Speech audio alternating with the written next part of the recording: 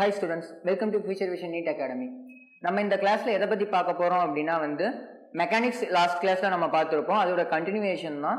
Just நம்ம அதுல கடைசியா பார்த்ததுல யூனிட்ஸ் அண்ட் மெஷர்மெண்ட்டுக்கு தேவையான, அதாவது அளவுகள் மற்றும் அளவீடுக்கு தேவையான அந்த ஒரு ஃபவுண்டேஷனையும் அதே மாதிரி வெக்டர்களை பத்தியுமே லாஸ்ட் கிளாஸ்ல நம்ம பார்த்துருப்போம். இந்த கிளாஸ்ல நம்ம எதை பத்தி பார்க்க போறோம் அப்படின்னா ரெண்டாவது யூனிட் இருக்கு இல்லைங்களா, அதாவது இயக்கவியல். அந்த இயக்கவியலுக்கு தேவையான அந்த ஒரு அடிப்படைகளும் அதை தாண்டி இருக்க நியூட்டனின் விதிகள்னு ஒரு சாப்டர் இருக்கு. ஓகேங்களா, அப்ப அந்த ஒரு நியூட்டன்ஸ் லாவுக்கு தேவையான லாஸ் ஆஃப் மோஷன், ஓகேங்களா, அதுக்கு தேவையான அந்த ஒரு அடிப்படையுமே தான் இந்த ஒரு பர்டிகுலர் கிளாஸ்ல நம்ம பார்க்க போறோம். ஓகேங்களா, ஃபர்ஸ்ட் மெக்கானிக்ஸ் தான் நம்ம படிச்சிருப்போம். ஓகேங்களா, இந்த ஒரு டாபிக் நாங்க அனலைஸ் பண்ணி கொடுக்கறது என்னன்னு கொடுத்துருக்கோம், மெக்கானிக்ஸ்னு கொடுத்துருக்கோம். ஜஸ்ட் நம்மளோட நீட் சிலபஸ்ல இந்த ஒரு நேம் இருக்காது. பட் பிசிக்ஸோட ஒரு பிரான்ச் படி பார்த்தோம்னா இதை இயந்திரவியல்னு சொல்லலாம். என்னன்னு சொல்லலாம்?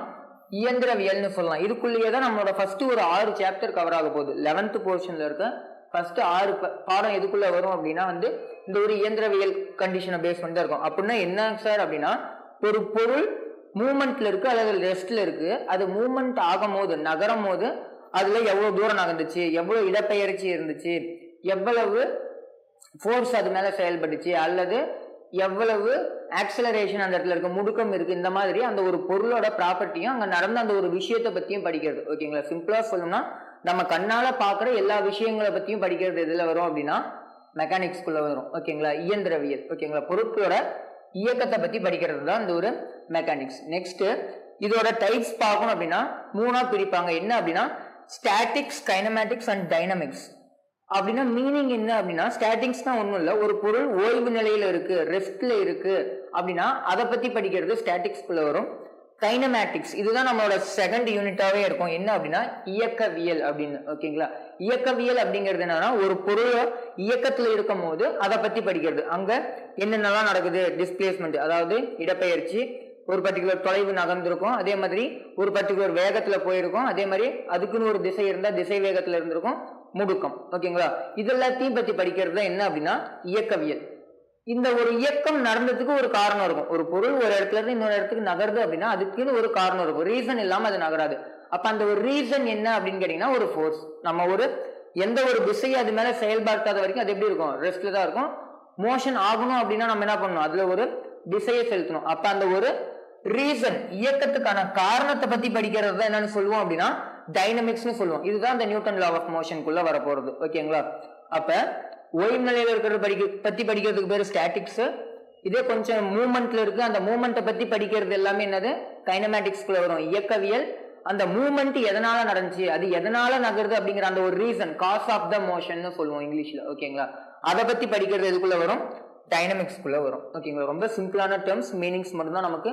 ஜஸ்ட் இதுல இருந்து கொஸ்டின்ஸ் எல்லாம் வருமானு கேட்டீங்கன்னா ஜஸ்ட் இல்ல. ஓகேங்களா, ஜஸ்ட் பேசிக் தான், ஃபவுண்டேஷன் தான். ஓகேங்களா, நெக்ஸ்ட் ஓய்வு நிலை, ரெஸ்ட்னு சொல்லுவாங்க இங்கிலீஷ்ல. என்னது, ரெஸ்ட். ஓகேங்களா, ஓய்வு நிலை அப்படின்னா ஒண்ணும் இல்ல, ஒரு பொருள் நமக்கு சிம்பிளா சொல்லிடலாம், ஒரு பொருள் ஒரே இடத்துல இருந்தா அது பேரு ஓய்வு நிலை அப்படின்னு நம்ம சொல்லுவோம். பட் பிசிக்ஸ் படி சொல்லணும் அப்படின்னா டைமை பொறுத்து சேஞ்ச் ஆகாம இருக்கணும். ஓகேங்களா, காலத்தை பொறுத்து ஒரு பொருள் அதோட நிலையை மாத்திக்காம இருக்கணும். எக்ஸாம்பிளுக்கு இப்ப நான் உங்ககிட்ட நின்று பேசிட்டு இருக்கேன் அப்படின்னா இந்த ஒரு பர்டிகுலர் செகண்ட்ல நான் இந்த இடத்துல இருக்கேன்னா இன்னும் ஒரு 10 செகண்ட் வரைக்கும் நான் இதே இடத்துல இருந்தேன்னா நான் ரெஸ்ட்ல இருக்கிறேன்னு அர்த்தம். சொல்றது புரியுதுங்களா? இடம் நகரக்கூடாது, பொசிஷன் மாறக்கூடாது, ஒரு பொருளோட நிலை மாறக்கூடாது. எதை பொறுத்துனா காலத்தை பொறுத்து. ஓகேங்களா, காலத்தை பொறுத்து ஒரு பொருளோட நிலை மாறக்கூடாது. அப்படி மாறாம இருந்துச்சு அப்படின்னா அது எதுல இருக்குன்னு அர்த்தம், ஓய்வு நிலையில இருக்குன்னு அர்த்தம். இதே இயக்க நிலை அப்படின்னா என்னது, இயக்கம்னா இங்கிலீஷ்ல மோஷன் சொல்லுவோம். ஓகேங்களா, மோஷன் ஜஸ்ட் தெரிஞ்சுக்கங்க. அப்ப மோஷன் அப்படிங்கிறது என்னது, இப்ப நான் சொன்னதுக்கு அப்படியே ஆப்போசிட். காலத்தை பொறுத்து ஒரு பொருள் ஒரு இடத்துல இருந்து இன்னொரு இடத்துக்கு நகருது அல்லது அதோட பொசிஷனை மாத்திக்குது, நிலையை மாத்திக்குது அப்படின்னா அது என்னது, இயக்கத்துக்குள்ள வரும். இந்த இயக்கத்துல இந்த ஒரு யூனிட்ல நம்ம ஃபோக்கஸ் பண்ண போறது இந்த ஒரு ரெண்டுமே ஃபோக்கஸ் பண்ணுவோம். ஓகேங்களா, 1 dimension motion and 2 dimension motion தான் இந்த கைனமேட்டிக்ஸ்ல நம்ம படிக்க போறது. ஒரு பரிமாண இயக்கம், இரு பரிமாண இயக்கம், அல்லது இதை 1Dன்னு சொல்லுவோம், இது 2Dல வரும். ஓகேங்களா, வட்ட இயக்கம் இதுல வரும், 2Dல வரும்.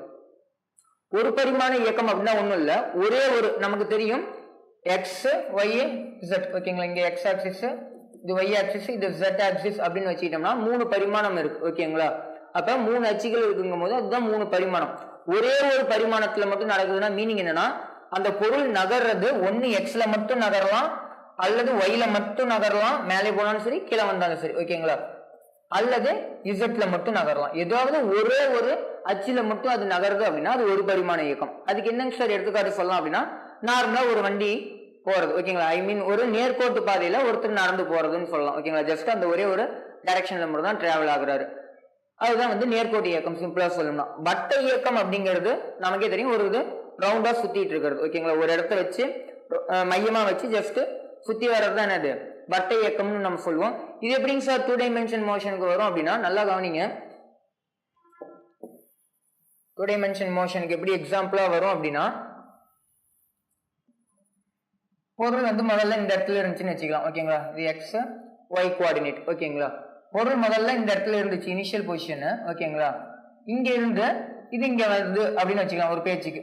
இப்படி இந்த ஒரு பாத்துல டிராவல் ஆகி வருது அப்படின்னா, இது இப்ப நல்லா பாருங்க, இந்த ஒரு ஆக்சிஸ்ல வந்திருக்கு, எக்ஸ்லயுமே அதோட நிலை மாறி இருக்கு. எது வரைக்கும் எக்ஸ்ல வந்து இந்த இடத்துக்கு வந்துருச்சு, ஒய்ல இந்த இடத்துக்கு வந்துருச்சு, புரியுதுங்களா. ரெண்டு இடத்துலயுமே நிலை மாறி இருக்கும். ரெண்டு அச்சுலயுமே நிலை மாறுனுச்சுன்னா அதுதான் என்னது இரு பரிமாண இயக்கம் அல்லது வட்ட இயக்கம்னு சொல்லலாம். இது ரெண்டுமே நம்ம இந்த ஒரு பர்டிகுலர் யூனிட்லயே படிப்போம். இது இல்லாம இரு பரிமாண இயக்கம் வேற என்ன படிப்போம் அப்படின்னா, ப்ரொஜெக்டைல் மோஷன், அதாவது எரிபொருள் இயக்கம்னு ஒண்ணு இருக்கு, ஓகேங்களா. இந்த ஒரு யூனிட்லயே நம்ம அதை பத்தி நிறைய படிப்போம். ரொம்ப முக்கியமான டாபிக். எரிபொருள் இயக்கமுமே ஒரு நேர்கோள், ஐ மீன் ஒரு 2 டைமென்ஷன் மோஷன் தான், இரு பரிமாண இயக்கம் தான். ஒரு பரிமாண இயக்கத்துல எதெல்லாம் படிப்போம்னா, நார்மலா ஒரு ரோட்ல போறது வருது இதை பத்தி படிக்கலாம், அல்லது ஒரு பொருளை ஸ்ட்ரெயிட்டா மேல தூக்கி போறது, செங்குத்தா மேல தூக்கி போட்டு அதோட மோஷனை பத்தி படிக்கிறது அது சொல்லலாம், அல்லது ஒரு பொருளை சும்மா டிராப் பண்றது, ஓகேங்களா. கீழே தானா விழும்போது அதோட கண்டிஷனை பத்தி படிக்கிறது. இது எல்லாமே 1Dல வரும். 2 டைமென்ஷன்ல இந்த வட்ட இயக்கமும் எரிபொருள் இயக்கமும் வரும், ஓகேங்களா. மூணாவது சுழல் இயக்கம். சுழல் இயக்கம் வந்து நமக்கு 5வது யூனிட்ல இருக்கும், ஓகேங்களா. 11th அந்த சாப்டர்ஸ், நீட்டோட சாப்டர்ஸ்ல 5th யூனிட்ல கவர் ஆக போறது என்னது இந்த ஒரு சுழல் இயக்கம் அப்படிங்கிறது. அதாவது ரொட்டேஷனல் மோஷன் இங்கிலீஷ்ல சொல்லுவாங்க. ஒரே ஒரு புள்ளிய மையமா வச்சு அதை வந்து ஆக்சிஸ் ஆஃப் ரொட்டேஷன், சுழல் அச்சு ஒரே இதாக தான் இருக்கும், ஓகேங்களா. அந்த ஒரு ஆக்சிஸ் வச்சு ஜஸ்ட் ரொட்டேட் பண்றது. ரொட்டேட்னா வந்து என்னது கற்சுழற்சின்னு சொல்லலாம், ஓகேங்களா. ஒரே ஒரு பார்ட்டை வச்சு ரொட்டேட் பண்றது, ஓகேங்களா. நெக்ஸ்ட் நமக்கு தேவையான பேசிக் டெர்ம்ஸ், ஓகேங்களா. கைனமேட்டிக்ஸ் படிக்கிறதுக்கு நமக்கு தேவையான ரொம்ப ரொம்ப பேசிக்கா தெரிய வேண்டிய விஷயம் என்னென்ன அப்படின்னா, ஒரு 5 கண்டிஷன் இருக்கு, 5 டேர்ம்ஸ் இருக்குன்னு சொல்லலாம். என்னென்ன அப்படின்னா, ஃபர்ஸ்ட் தொலைவு. தொலைவுங்கிறது ஒண்ணும் இல்லை, நம்ம ஒரு இடத்துல இருந்து இன்னொரு இடத்துக்கு போறோம், நம்ம எந்த பாதையில போறோங்கிறத பொறுத்து அந்த டிஸ்டன்ஸ் மாறும். எக்ஸாம்பிளுக்கு உங்க வீட்டுல இருந்து நீங்க உங்க ஸ்கூலுக்கு போறீங்க, அல்லது ஸ்கூல்ல இருந்து திரும்பி வீட்டுக்கு போறீங்க அப்படின்னா ஒரு ஸ்ட்ரெயிட் பாத்துல தான் போக மாட்டீங்க, ஜஸ்ட் ஏதோ ஒரு பாத்துல போவீங்க. அப்ப நீங்க ஆக்சுவலா கடந்த அந்த ஒரு டிஸ்டன்ஸ், நீங்க ஆக்சுவலா எவ்வளவு தூரம் போனீங்களோ அதுதான் என்னது தொலைவு. எக்ஸாம்பிளுக்கு ஏங்கிற ஒரு பாயிண்ட் இருக்கு, பிங்கிற ஒரு பாயிண்ட், சிங்கிற ஒரு பாயிண்ட். நான் ஏங்கிற பாயிண்ட்ல இருந்து சிங்கிற பாயிண்ட்டுக்கு போறேன். ஃபர்ஸ்ட் பார்த்தது ஏ டு பி போயிட்டு பி டு சி போறேன். இதோட வேல்யூ 2, இதோட வேல்யூ 3னா இன் டர்ம்ஸ் ஆஃப் மீட்டர், தொலைவு வந்து இன் டர்ம்ஸ் ஆஃப் மீட்டர்ல தான் சொல்லணும், ஓகேங்களா. ஏன்னா அதோட யூனிட் என்னது மீட்டர், நீளத்தின் அலகு வந்து மீட்டர், எஸ் யூனிட்ல நம்ம பார்த்துருப்போம், ஓகேங்களா. அப்ப 2 + 3 5 மீட்டர் தான் தொலைவு. இல்ல நான் ஏல இருந்து ஸ்ட்ரைட்டா சிக்கு போறேன், தப்பு இல்லை, நோ ப்ராப்ளம். அப்ப அதுவுமே என்னதான் தொலைவு தான், ஓகேங்களா. ஸ்ட்ரைட்டா நான் அதுல போனோம்னா தொலைவு, ஓகேங்களா. ஆக்சுவலா இதை டிஸ்பிளேஸ்மெண்ட் சொல்லலாம், நெக்ஸ்ட் கண்டிஷன்ல அதை நம்ம பார்ப்போம், ஓகேங்களா. ஐ மீன் இடப்பெயர்ச்சி அது, ஓகேங்களா. அதே மாதிரி இந்த ஒரு தொலைவு அப்படிங்கிறது ஒரு ஸ்கேலர் அளவு. ஸ்கேலர் வெக்டர்ஸ் பத்தி ஏற்கனவே பார்த்தாச்சு. ஸ்கேலர் அப்படின்னா மீனிங் என்ன, ஒரே ஒரு எண் மதிப்பை மட்டும் கொண்டு இருந்துச்சு, திசை இல்ல எண் மதிப்பு மட்டும்தான் இருக்கு அப்படின்னா அது என்னது ஸ்கேலர்ல வரும். நம்ம ஒரு தொலைவை பத்தி பேசும்போது நம்ம எந்த டைரக்ஷன்ல போனோங்கிறதுலாம் முக்கியம் இல்லை, எந்த ஒரு பாதை, அந்த ஒரு பாதையோட மொத்த நீளத்தை பத்தி மட்டும்தான் பேசுவோம், ஓகேங்களா. அதனால இது ஒரு ஸ்கேலர் அளவு. அதே மாதிரி ரொம்ப ரொம்ப முக்கியமானது என்ன அப்படின்னா, தொலைவோட மதிப்பு எப்பயுமே ஒருவேளை எக்ஸாம்பிளுக்கு 0ல இருந்து 1க்கு வந்துருச்சு அப்படின்னா அது திரும்பி 0க்கு கண்டிப்பா வராது, சுழிய ஆக முடியாது தொலைவோட மதிப்பு. அதே மாதிரி நெகட்டிவ்லயும் போக முடியாது. எக்ஸாம்பிளுக்கு நான் இங்க இருந்து ஜஸ்ட் அந்த ஒரு பர்டிகுலர் இந்த ஒரு கேமராவை தாண்டி ஜஸ்ட் வெளியில போறேன் அப்படின்னா ஒரு பர்டிகுலர் டிஸ்டன்ஸ் போயிருப்பேன், ஓகேங்களா. அப்ப அதுதான் தொலைவு. திரும்பி நான் இங்க வந்தாலும் அங்க போறதுக்கு ஒரு 1 மீட்டர்னு வச்சுக்கலாம், திரும்பி இந்த பக்கம் நான் வந்ததுக்கு ஒரு 1 மீட்டர்னா தொலைவு என்னன்னா 2 மீட்டர். சொல்றது புரியுதுங்களா. தொலைவு ஜஸ்ட் ஆரம்பிச்சிருச்சு அப்படின்னா திரும்பி அது என்னவாகாது, 0 ஆகாது, ஓகேங்களா. அதே மாதிரி நெகட்டிவ்ல 0வே ஆகலும் போது நெகட்டிவ் வரதுக்குமே வாய்ப்பு இல்லை. எஸ்ஐ அளவு நான் ஏற்கனவே சொன்ன மாதிரி மீட்டர் தான், நீளத்தோட என்ன எஸ்ஐ அளவோ அதே தான் எதுக்கும் வரும், தொலைவுக்குமே வரும். நான் ஏற்கனவே மேல சொன்னதுதான், ஏபிசிங்கிற பாதைக்கு தொலைவு வந்து 5 மீட்டர், ஏசிங்கிற பாதைக்கு 6 மீட்டர், ஓகேங்களா. ஜஸ்ட் அந்த பாதையில நம்ம போனோம் அப்படின்னா, ஓகேங்களா. நெக்ஸ்ட் இடப்பெயர்ச்சி. தொலைவுக்கும் இடப்பெயர்ச்சிக்கு என்ன சார் வித்தியாசம் அப்படின்னா, தொலைவு அப்படிங்கறது நான் என்ன சொன்னேன், ஆக்சுவலா நம்ம போன அந்த ஒரு பாதை. ஓகேங்களா, நம்ம உண்மையாலும் போன அந்த ஒரு பாதை. இடப்பெயர்ச்சி அப்படிங்கிறது ஆரம்பிச்ச புள்ளிக்கும், எக்ஸாம்பிளுக்கு நான் இந்த இடத்துல ஆரம்பிக்கிறேன், சம்திங் இந்த இடத்துல முடிக்கிறேன், நான் ஜஸ்ட் இந்த ஒரு பாத்துல இப்படி போறேன்னு வச்சுக்கலாம். ஓகேங்களா, ஆரம்பிச்ச புள்ளிக்கும் இனிஷியல் பாயிண்ட்டுக்கும் ஃபைனல் பாயிண்ட், தொடக்க நிலைக்கும் தொடக்க நிலை. ஓகேங்களா, தொடக்க நிலைக்கும் இது இறுதி நிலை. ஓகேங்களா, இறுதி நிலைக்கும் இடைப்பட்ட மிகச்சிறிய தொலைவு. மிகச்சிறிய தொலைவு எப்படி இருக்கும், எப்பயுமே ஒரு ஸ்ட்ரெயிட் லைனா தான் இருக்கும். நம்ம ரொம்ப ஷார்ட் டிஸ்டன்ஸ்ல போகணும் அப்படின்னா எங்க இருந்து எங்க போனாலும் சரி அது எப்படிதான் இருக்கணும், ஒரு ஸ்ட்ரெயிட் லைனா இருந்தா மட்டும்தான் அது ஷார்டஸ்ட் டிஸ்டன்ஸா இருக்கும். ஓகேங்களா, அப்ப நம்ம இதுல போயிருக்கோம் அப்படின்னா இது என்ன வரும், இதோட மொத்த பாத் லென்த் தொலைவுல வரும். ஓகேங்களா, ஆனா இந்த பாயிண்ட்ல இருந்து இந்த பாயிண்ட் இருக்க அந்த ஒரு ஸ்ட்ரெயிட் லைன் எதை குறிக்கும் அப்படின்னா எதை குறிக்கும்னா இடப்பெயர்ச்சியை குறிக்கும். ஓகேங்களா, அப்ப தொடக்கம் மற்றும் இறுதி நிலைகளுக்கு இடைப்பட்ட வேறுபாடு. நம்ம இதை இடப்பெயர்ச்சியை கண்டுபிடிக்கும் போது இடப்பெயர்ச்சி ஒரு வகையான வெக்டர் அளவு. அப்ப இடப்பெயர்ச்சி கண்டுபிடிக்கும் போது இடப்பெயர்ச்சி வெக்டர் தான் நம்ம கண்டுபிடிப்போம். ஓகேங்களா, வெக்டர் பார்ட்ல இதை பேஸ் பண்ணி சம்ஸ் இருக்கும். அப்ப final position minus initial position, அதாவது இறுதி நிலை மைனஸ் தொடக்க நிலை. நம்ம பொசிஷன் வெக்டர் எதுல குறிப்போம், ஆர் வெக்டார்ல குறிப்போம். அப்ப R vector equal to something எழுதுறேன், R vector equal to R final minus R initial vector அப்படிங்கிற மாதிரி நம்ம ஃபார்முலா அங்க எழுதுவோம். ஓகேங்களா, ஜஸ்ட் இப்ப ஃபார்முலாக்குள்ள நம்ம போக வேணாம், ஜஸ்ட் கிளாஸ்க்குள்ள அது போக முடியும். பட் சொல்ற மீனிங் மட்டும் இப்போதைக்கு புரிஞ்சுக்கிட்டா போதும். ஓகேங்களா, நெக்ஸ்ட் இது ஒரு வெக்டர் அளவுன்னு சொல்லிட்டேன். அதே மாதிரி இது ஒரு எஸ்ஐ அலகு என்னதுன்னா இடப்பெயர்ச்சிக்கும் தொலைவுக்கும் ஒரே எஸ்ஐ அலகு தான், ஏன்னா ரெண்டுமே நீளத்தை பத்தி தான் பேசுது, அப்ப மீட்டர் தான். ஓகேங்களா, நெக்ஸ்ட் இந்த மாதிரி ஒரு கண்டிஷன் இருக்கு, ஏல இருந்து பி, பில இருந்து சி, சில இருந்து டி, அந்த மாதிரி ஒரு பாதை இருக்கு. ஓகேங்களா, ஆக்சுவலா நான் இதுல போயிருக்கேன் அப்படின்னா என்னோட தொலைவு என்ன அப்படின்னா 3, 2, 5, 2, 7. ஓகேங்களா, அப்ப 7ங்கிறது தான் என்னது தொலைவு, 7 மீட்டருங்கிறது தான் என்னது தொலைவு, அதாவது நீ ஆக்சுவலா போன பாதை ABCD அப்படிங்கிறது. ஆனா இருக்கிறதுல ஷார்டஸ்ட் பாத் எப்படி, ஒரு ஸ்ட்ரெயிட் லைன் வரைஞ்சா அந்த டிங்கிற பாயிண்ட்டுக்கும் ஏங்கிற பாயிண்ட்டுக்கும் ஒரு ஸ்ட்ரெயிட் லைன் நம்ம வரைஞ்சோம்னா நமக்கு கிடைக்கிறது என்னது இடப்பெயர்ச்சி. அப்ப அந்த இடப்பெயர்ச்சி எப்படி இருக்கு, ஜஸ்ட் இந்த ஒரு லென்த். இதை நம்ம இப்படியே கால்குலேட் பண்ண முடியும், கால்குலேட் பண்ண முடியாது, அது ஒவ்வொரு ஷேப்புக்கு பொறுத்து நம்ம ஈஸியா கால்குலேட் பண்ற மாதிரி வரும். எக்ஸாம்பிளுக்கு ஒரு வட்டம் இருக்கு அப்படின்னா அதுல நம்ம சைன் காஸ் டேர்ம்ஸை யூஸ் பண்ணி கண்டுபிடிக்கிற மாதிரி வரும். ஓகேங்களா, நெக்ஸ்ட் வேகம். ஓகேங்களா, முதல்ல தொலைவு, அடுத்தது இடப்பெயர்ச்சி. தொலைவு ஸ்கேலரு, இடப்பெயர்ச்சி வெக்டர். இப்ப வேகம் கோருவோம். வேகம் அப்படிங்கிறது என்ன அப்படின்னா ஒரு குறிப்பிட்ட தொலைவை எவ்வளவு நேரத்துல கடக்கிறோம் அப்படிங்கறது தான். ஓகேங்களா, ஐ மீன் வேகம் குறிப்பிட்ட தொலைவு. எக்ஸாம்பிளுக்கு 10 மீட்டரை, ஓகேங்களா, 10 மீட்டர் நான் போனேன், 10 செகண்ட்ல நான் அதை கடந்தேன். ஓகேங்களா, 10 மீட்டர் நான் மொத்த போன தொலைவு 10 செகண்ட் அப்படிங்கிறது என்னது, நான் எடுத்துக்கிட்ட டைம் அங்க போறதுக்கு. அப்ப வேகம் என்ன அப்படின்னா 1 மீட்டர் per செகண்ட். அப்ப ஒரு செகண்டுக்கு நான் 1 மீட்டருக்கு போறேன் அப்படிங்கிறது அதுக்கு மீனிங். ஓகேங்களா, ஒரு செகண்டுக்கு நான் 1 மீட்டர் போயிட்டேன் அப்படிங்கிறது தான் மீனிங் அதுக்கு. ஓகேங்களா, ஜஸ்ட் 10 கேன்சல் நமக்கு என்ன கிடைக்கும், 1 மீட்டர் per செகண்ட் கிடைக்கும். ஓகேங்களா, எவ்வளவு தூரத்தை எவ்வளவு நேரத்துல கடந்தீங்க அப்படிங்கிறது என்னது வேகம்.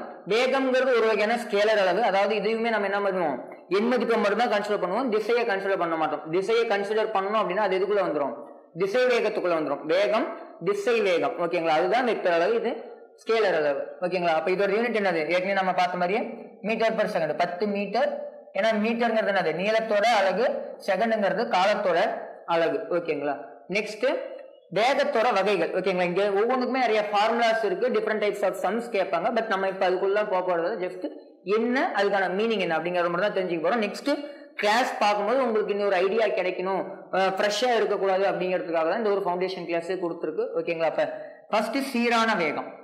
சீரான வேகம் அப்படி இங்கிலீஷ்ல யூனிஃபார்ம் ஸ்பீட்னு சொல்லுவாங்க. சீரான வேகம்னா என்ன சார் அப்படின்னா ஒன்னும் இல்ல, இதே கண்டிஷன் எடுத்துக்கோமே, ஒரு 10 மீட்டர் நான் 10 செகண்ட்ல கடந்திருக்கேன். ஓகேங்களா, ஏதாவது ஒரு பர்டிகுலர் செகண்ட் நான் எடுத்துக்கிறேன், டைம் இன்டர்வல். ஓகேங்களா, ஒரு குறிப்பிட்ட கால இடைவெளியை நான் எடுத்துக்கிறேன். அந்த கால இடைவெளியில நான் கடந்த தொலைவு, எக்ஸாம்பிளுக்கு 3 செகண்ட்ல இருந்து 5 செகண்ட் வரைக்கும் எடுத்துக்கிறேன். இதோட கால இடைவெளி என்னது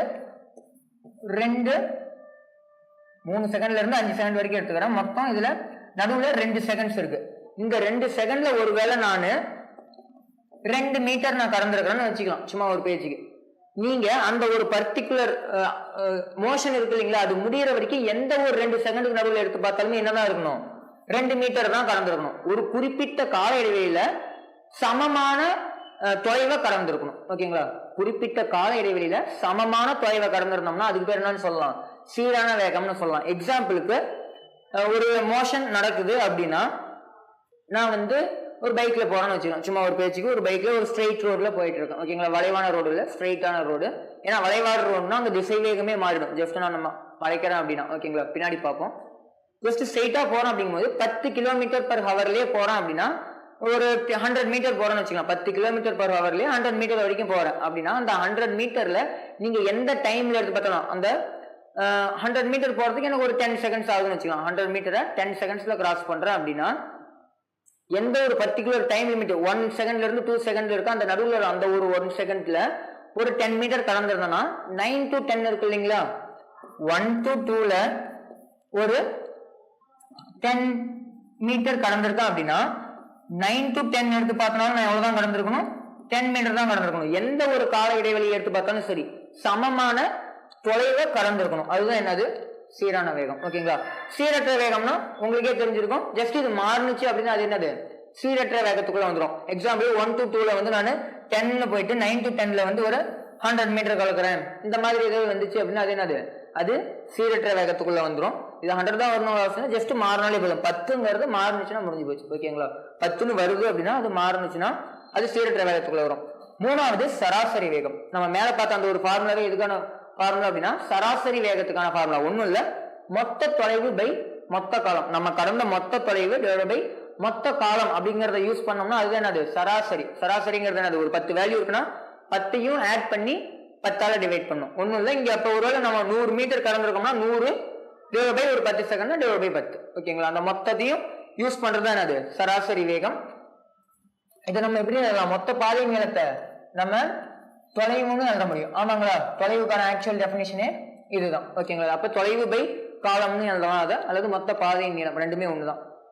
இது ரொம்ப முக்கியமான கண்டிஷன். லாஸ்டா இருக்கிறது என்னன்னா உடனடி அல்லது கனநேர வேகம் அப்படிங்கிறது ஒண்ணு இல்லை, இன்ஸ்டன்டேனியஸ் ஸ்பீடுன்னு சொல்லுவாங்க இங்கிலீஷ்ல. இன்ஸ்டன்டேனியஸ் நம்ம டிஃபரன்சியேஷன், அதாவது வகையிடல் அப்பவே பார்த்திருப்போம். ஓகேங்களா, வகையிடல் அப்ப ஜஸ்ட் அதை பார்த்திருப்போம். இன்ஸ்டன்டேனியஸ் ஒரு சின்ன பார்ட் கண்டுபிடிக்கிறது. ஓகேங்களா, இன்ஸ்டன்ட் உடனடி அல்லது கனநேரம். எக்ஸாம்பிளுக்கு 1 செகண்ட்ல ஆரம்பிச்சு 10 செகண்ட்ல நான் முடிக்கிறேன் ஒரு மோஷனை, எனக்கு இந்த இடத்துல இருக்கிற ஒரு 7th, ஓகேங்களா, 7th செகண்ட்ல எவ்வளவு ஸ்பீட்ல போயிட்டு இருக்கேன் அப்படிங்கறத கண்டுபிடிக்கிறதுக்கு யூஸ் பண்றது தான் என்னது, இந்த உடனடி வேகம் அல்லது கனநேர வேகம். இதுக்கு நம்ம என்னதான் பண்ணணும் அப்படின்னா டிஃபரன்ஷியேட் தான் பண்ணணும், வகையிடல் மட்டும் தான் பண்ணணும். ஓகேங்களா, ஏன்னா நமக்கே தெரியும் ஒரு மொத்தமா பெருசா இருக்க ஒரு வேல்யூல ரொம்ப சின்ன வேல்யூ கண்டுபிடிக்கிறதுக்காக நம்ம யூஸ் பண்றது என்னது, வகையிடல். ஓகேங்களா, அப்ப இந்த இடத்துல நம்ம இன்ஸ்டன்டேனியஸ் ஸ்பீடா இருக்கும், இதே மாதிரி வெலாசிட்டி ஆக்சலரேஷன் மூணுக்குமே பார்ப்போம். வேகம், திசை வேகம், முடுக்கம், மூணுக்குமே நம்ம என்னதான் பண்ண போறோம், டிஃபரன்ஷியேட் தான் பண்ண போறோம். ஓகேங்களா, நெக்ஸ்ட் திசை வேகம். ஓகேங்களா, திசை வேகம்ங்கிறது இதுல சொல்லும் போதே ஜஸ்ட் அதே சொன்னதுதான். 10 மீட்டர்/செகண்ட்ங்கிறது வேகம். 10 மீட்டர்/செகண்ட் நான் ஒரு பர்டிகுலர் டைரக்ஷனை நோக்கி போறேன், கிழக்கு திசையை நோக்கி போறேன், வடக்கு திசையை நோக்கி போறேன், அல்லது மேல் டைரக்ஷன்ல போறேன், கீழ் பக்கமா போறேன், இந்த மாதிரி ஏதோ ஒரு டைரக்ஷனை மென்ஷன் பண்ணி சொன்னிச்சுன்னா அது என்னது, திசை வேகம். ஓகேங்களா, அதாவது இடப்பெயர்ச்சி, ஒரு வெக்டர் குவான்டிட்டி. அதாவது திசை வேகம்ங்கிறது ஒரு வெக்டர் அளவு, ஏன்னா டைரக்ஷன் இருக்கு. இது ஸ்கேலர் அளவு. இதோட எஸ்ஐ அளவும் அதே மாதிரி மீட்டர்/செகண்ட் தான். ஓகேங்களா, ரெண்டுக்குமே சேம் தான். சீரான திசை வேகம் ரொம்ப முக்கியம். சீரான வேகத்துக்கும் சீரான திசை வேகத்துக்கும் வித்தியாசம் இருக்கு. சீரான வேகம்னா எண் மதிப்பு மாறாம இருந்தா மட்டும் போதும். ஆனா இங்க எண் மதிப்புமே மாறக்கூடாது, திசையுமே மாறக்கூடாது. எக்ஸாம்பிளுக்கு 10 மீட்டர்/செகண்ட் அப்படிங்கிறது 10 மீட்டர்/செகண்ட்லயே போயிட்டு இருந்தோம்னா அது என்னது, சீரான வேகம். ஓகேங்களா, 10 மீட்டர்/செகண்ட் எக்ஸாம்பிளுக்கு நான் ரைட் டைரக்ஷன்ல போயிட்டு இருக்கேன் அப்படின்னா கொஞ்சம் கூட மாறக்கூடாது, டைரக்ஷன் என்ன ஆகக்கூடாது, மாறவே கூடாது, திசை வந்து மாறவே கூடாது. அப்படி மாறுனுச்சு அப்படின்னாலும் நான் 10லயே தான் சார் போறேன், ஆனா கொஞ்சம் வளைச்சிட்டேன் அப்படின்னா அது சீரான திசை வேகமா இருக்காது. ஓகேங்களா, அது என்ன, அது சீரான திசை வேகம் இல்ல, அது சீரான வேகம் மட்டும்தான். சொல்றது புரியுதுங்களா, அது சீரான வேகம் மட்டும்தான், சீரான திசை வேகம்னு சொல்ல முடியாது. ஏன்னா அங்க திசை ரொம்ப ரொம்ப முக்கியம், எந்த டைரக்ஷன்ல போறோங்கிறது முக்கியம். அப்ப சீரற்ற திசை வேகம்னா அது மாறுனுச்சுன்னு அப்படின்னா ஓகே, ஒரே டைரக்ஷன்ல போறோம் அப்படின்னா அது சீரான திசை வேகம். டைரக்ஷனை மாத்தணும் அப்படின்னாலும் அது சீரற்ற திசை வேகம், அல்லது டைரக்ஷனை மாத்தினாம இருந்தா சீரற்ற திசை வேகம்னா எண் மதிப்பு மாறினாலுமே சீரற்ற திசை வேகமா மாறதுக்கு வாய்ப்பு இருக்கு. ஒரு திசை வேகத்தை கன்சிடர் பண்றோம் அப்படின்னா எண் மதிப்பை மட்டும் மாத்தினாலுமே எது மாறும், சீரற்ற திசை வேகமா மாறதுக்கு வாய்ப்பு இருக்கு. அதே மாதிரி சராசரி திசை வேகம். சராசரி திசை வேகம்ங்கிறது ஏற்கனவே தான் மொத்த இடப்பெயர்ச்சி பை மொத்த காலம் தான். உடனடி அல்லது கனநேர திசை வேகம்ங்கிறது நம்ம என்னதான் பண்ண போறோம், டிஃபரன்ஷியேட் தான் பண்ண போறோம். அந்த ஒரு பர்டிகுலர் இன்ஸ்டன்ட் மொத்தம் 10 செகண்ட் 20 செகண்ட் நடக்குது அப்படின்னா எனக்கு 7வது செகண்ட்ல என்ன நடந்துச்சு, 5வது செகண்ட்ல என்ன ஸ்பீட்ல போனோம், 5வது செகண்ட்ல என்ன வெலாசிட்டியில போனோம் அப்படிங்கறத பத்தி பேசுறது என்னது, அந்த ஒரு உடனடி அல்லது கனநேர திசைவேகம். நெக்ஸ்ட் முடுக்கம். ஓகேங்களா, இதுவுமே ரொம்ப ரொம்ப முக்கியமான பார்ட். என்ன அப்படின்னா ஒரு திசைவேகம் இருக்கு. ஓகேங்களா, அந்த திசைவேகம் மாறுச்சுன்னு சொன்னோம் இல்லைங்களா, திசைவேகம் மாறுச்சு எந்த இடம் அப்படின்னா சீரற்ற திசைவேகம். இந்த சீரற்ற திசைவேகத்தை தான் நம்ம என்ன சொல்லலாம்னா முடுக்கம்னு சொல்லலாம். சிம்பிளா சொல்லணும்னா அந்த சீரற்ற திசைவேகம் தான் என்னது, முடுக்கம். திசைவேகம் மாறுது, காலத்தை பொறுத்து மாறுது அப்படின்னா அது என்னது, முடுக்கம். ஓகேங்களா, திசைவேகம் காலத்தை பொறுத்து மாறுது. எக்ஸாம்பிளுக்கு 10 மீட்டர் per செகண்ட் போயிட்டு இருக்கிறது அடுத்த செகண்ட்ல 12, அடுத்த செகண்ட்ல 15, இந்த மாதிரி எக்ஸ்டெண்ட் ஆகிட்டே இருக்கு அப்படின்னா அது முடுக்கம்னு சொல்லுவோம். இல்ல 10ங்கிறது 5, 2, 3 இந்த மாதிரி குறைஞ்சிக்கிட்டு வருது அப்படின்னா அது என்ன சொல்லலாம், எதிர் முடுக்கம்னு சொல்லுவோம். ஓகேங்களா, முடுக்கம்ல எதிர் முடுக்கம்னு சொல்லுவோம். எதிர்மறையான முடுக்கத்தை வந்து நம்ம என்ன சொல்லுவோம், எதிர் முடுக்கம்னு சொல்லுவோம். வேல்யூ இன்க்ரீஸ் ஆச்சுன்னா அந்த 10, 12, 15ங்கிறது இன்க்ரீஸ் ஆனா அது என்னது முடுக்கம். வேல்யூ குறைஞ்சதுன்னா எதிர் முடுக்கம். சார் அப்ப டைரக்ஷன் மாறினா முடுக்கமானு கூட கண்டிப்பா முடுக்கம் தான். ஒரு பர்டிகுலர் டைரக்ஷன்ல போயிட்டு இருக்கு, ஒரு குறிப்பிட்ட திசையில போயிட்டு இருக்கீங்க, அந்த திசையை மாத்தினீங்கன்னா எண் மதிப்பு மாறலையே, இது முடுக்கத்துல வருமானா கண்டிப்பா முடுக்கத்துல தான் வரும். ஏன்னா திசைவேகம் தான் நமக்கு முக்கியம். திசைவேகம் மாறுறதுதான் என்னது, முடுக்கம். திசைவேகம் மாறுதுன்னு நம்மளால எப்பயும் சொல்ல முடியும். எண் மதிப்பு மாறினாலும் திசைவேகம் மாறும், திசை மாறினாலுமே திசைவேகம் மாறும், ரெண்டுமே மாறினாலுமே திசைவேகம் மாறும். ஓகேங்களா, அப்ப அந்த திசைவேக மாற்றம் பை மொத்த காலம் தான் என்னது முடுக்கம். முடுக்கம்ங்கிறது ஒரு வகையான வெக்டர் அளவு. இந்த முடுக்கத்தோட திசை எந்த டைரக்ஷன்ல இருக்கும்னா திசைவேகத்தோட டைரக்ஷன்ல இருக்குமான்னு கேட்டா இல்ல, திசைவேகம் மாறுது இல்லைங்களா. எக்ஸாம்பிளுக்கு நான் ரைட் டைரக்ஷன்ல ஜஸ்ட் இந்த மாதிரி போயிட்டு இருக்கேன், ஜஸ்ட் இந்த டைரக்ஷன்ல மாத்தினேன். ஓகேங்களா, இந்த டைரக்ஷன்ல வெலாசிட்டி, இங்க சேஞ்ச் இன் வெலாசிட்டி இருக்குன்னு வச்சுக்கலாம். ஓகேங்களா, வெலாசிட்டியோட டைரக்ஷன் சேஞ்ச் ஆகுறது அந்த டைரக்ஷனுக்கு சேஞ்ச் ஆச்சு அப்படின்னா அந்த டைரக்ஷன்ல தான் என்ன இருக்கும், ஆக்சலரேஷனோட டைரக்ஷன் இருக்கும். நான் ஒன்லி டைரக்ஷனை பத்தி மட்டும் தான் பேசுறேன். ஓகேங்களா, முடுக்கத்தோட திசை எந்த திசையில இருக்கும் அப்படின்னா திசைவேகம் மாறின திசையில இருக்கும். ஓகேங்களா, திசைவேகம் மாற்றத்தின் திசையே முடுக்கத்தின் திசை. எந்த டைரக்ஷன்ல திசைவேகம் மாறுதோ அந்த டைரக்ஷன்ல தான் முடுக்கம் இருக்கும். ஓகேங்களா, இது ஒரு அளவு சொல்லணும்னா metre per second square. Just திசைவேகமா நம்ம என்ன மீட்டர் per செகண்ட், மொத்த காலங்கிறது காலத்தோடதும் செகண்ட் தான். அப்ப இந்த எஸ், அதாவது பகுதியில ஒரு தொகுதி இருந்தா அது கீழே இருக்க தொகுதிக்கு வந்துடும். ஓகேங்களா, அந்த கண்டிஷன் படி m/s ஸ்கொயர் ஆயிடும், s × s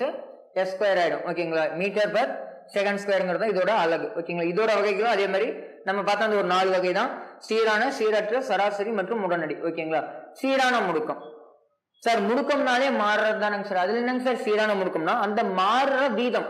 சிம்பிளா சொல்லணும்னா இதை டெபினிஷனா சொல்லணும் முடுக்கத்தை அப்படின்னா திசைவேகம் மாறும் வீதம் முடுக்கம். திசைவேகம் மாறும் வீதம் முடுக்கம். அந்த மாறும் வீதம் மாறாம இருந்துச்சுன்னா அது என்னது, சீரான முடுக்கம். அந்த மாறும் வீதம் மாறாம இருந்துச்சு. எக்ஸாம்பிளுக்கு நம்ம பூமியோட ஆக்சலரேஷன் டியூ டு கிராவிட்டி, புவியீர்ப்பு முடுக்கம் என்னன்னா 9.8 metre per second square. Just ஒரு பொருளை நம்ம டிராப் பண்றோம் அப்படின்னா அது ஒரு செகண்டுக்கு எவ்வளவு வரும், 9.8 மீட்டர். நெக்ஸ்ட் அது அந்த 9.8 மீட்டர்ல இருந்து ஒரு பர்டிகுலர் வெலாசிட்டியை கெயின் பண்ணிருக்கோம்.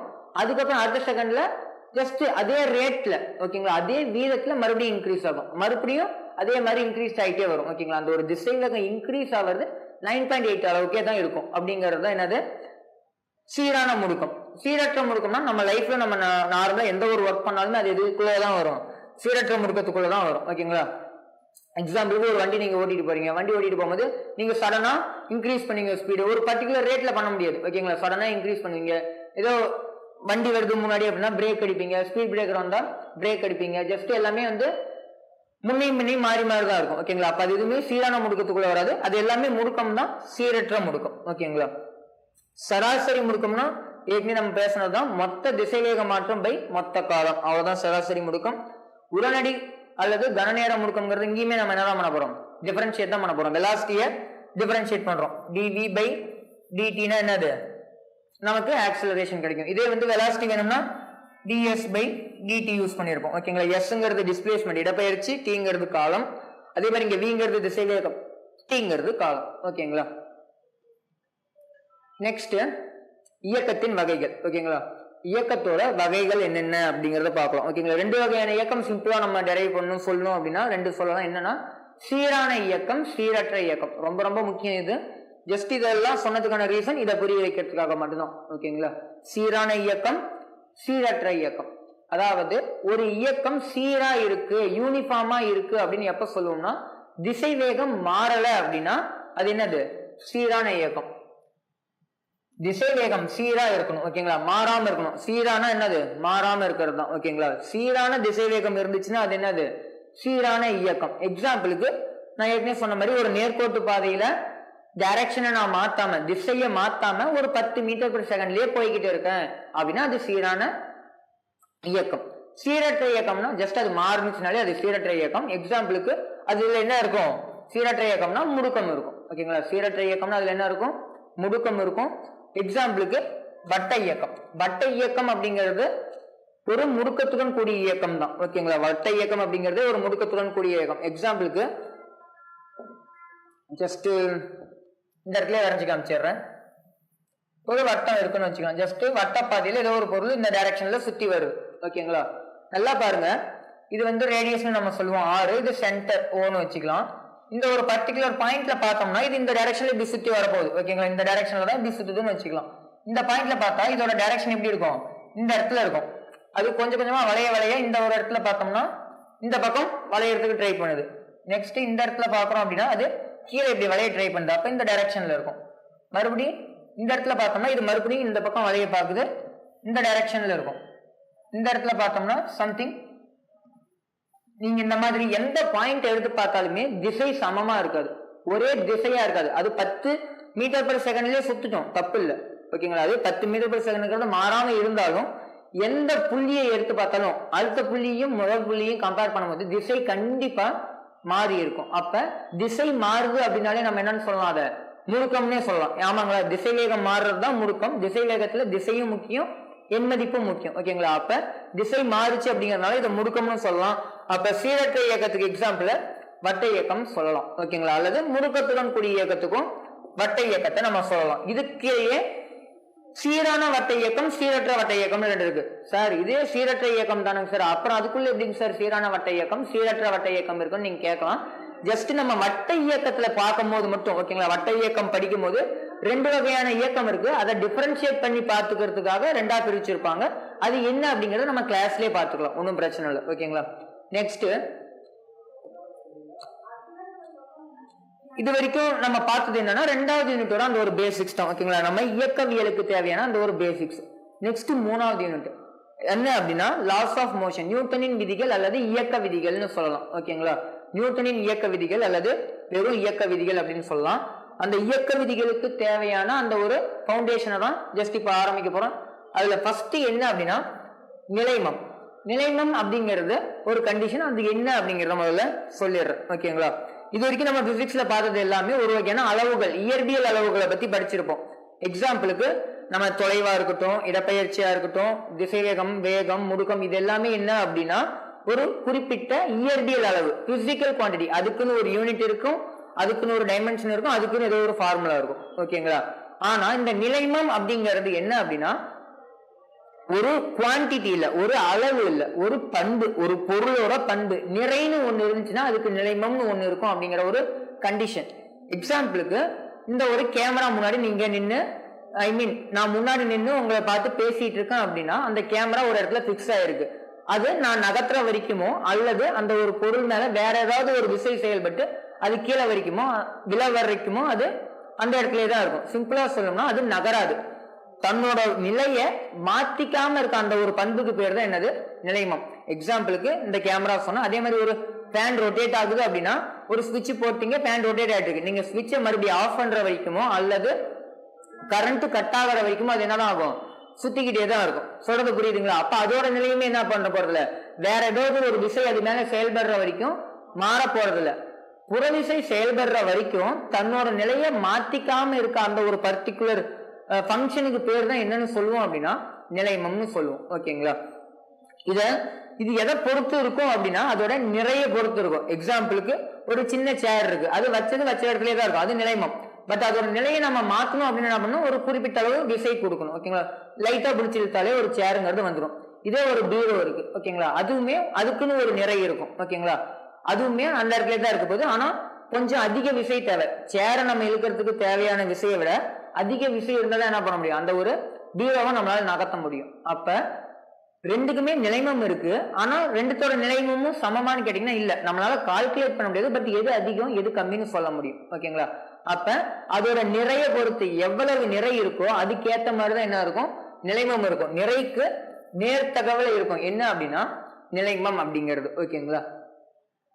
நெக்ஸ்ட் இந்த நிலைமத்தை வச்சுதான் ஃபர்ஸ்ட் லாவே இருக்கும். ஓகேங்களா? ஃபர்ஸ்ட் லா உள்ள போகும்போது இன்னும் கொஞ்சம் டீப்பா அதை எக்ஸ்பிளைன் பண்றேன்.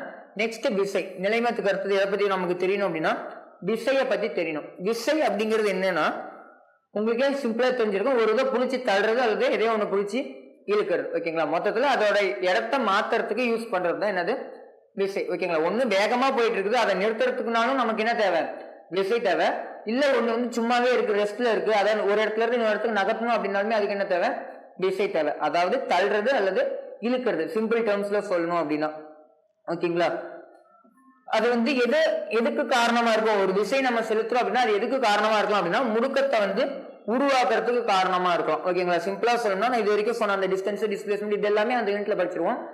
எதனால அது நடந்துச்சு அப்படின்னா சிம்பிளா சொல்லணும்னா ஒரு விசை கொடுத்தாதான் அது ஒரு இடத்துல இருந்து போகும். எக்ஸாம்பிளுக்கு ஒரு பொருள் இங்க இருக்கு, நான் வேற இடத்துக்கு நகர்த்தி விடணும் அப்படின்னா அதுக்கு ஏதோ ஒரு ஃபோர்ஸ் கொடுத்து நகர்த்தினாதான் என்ன ஆகும், அந்த பொருளே நகரும். ஓகேங்களா?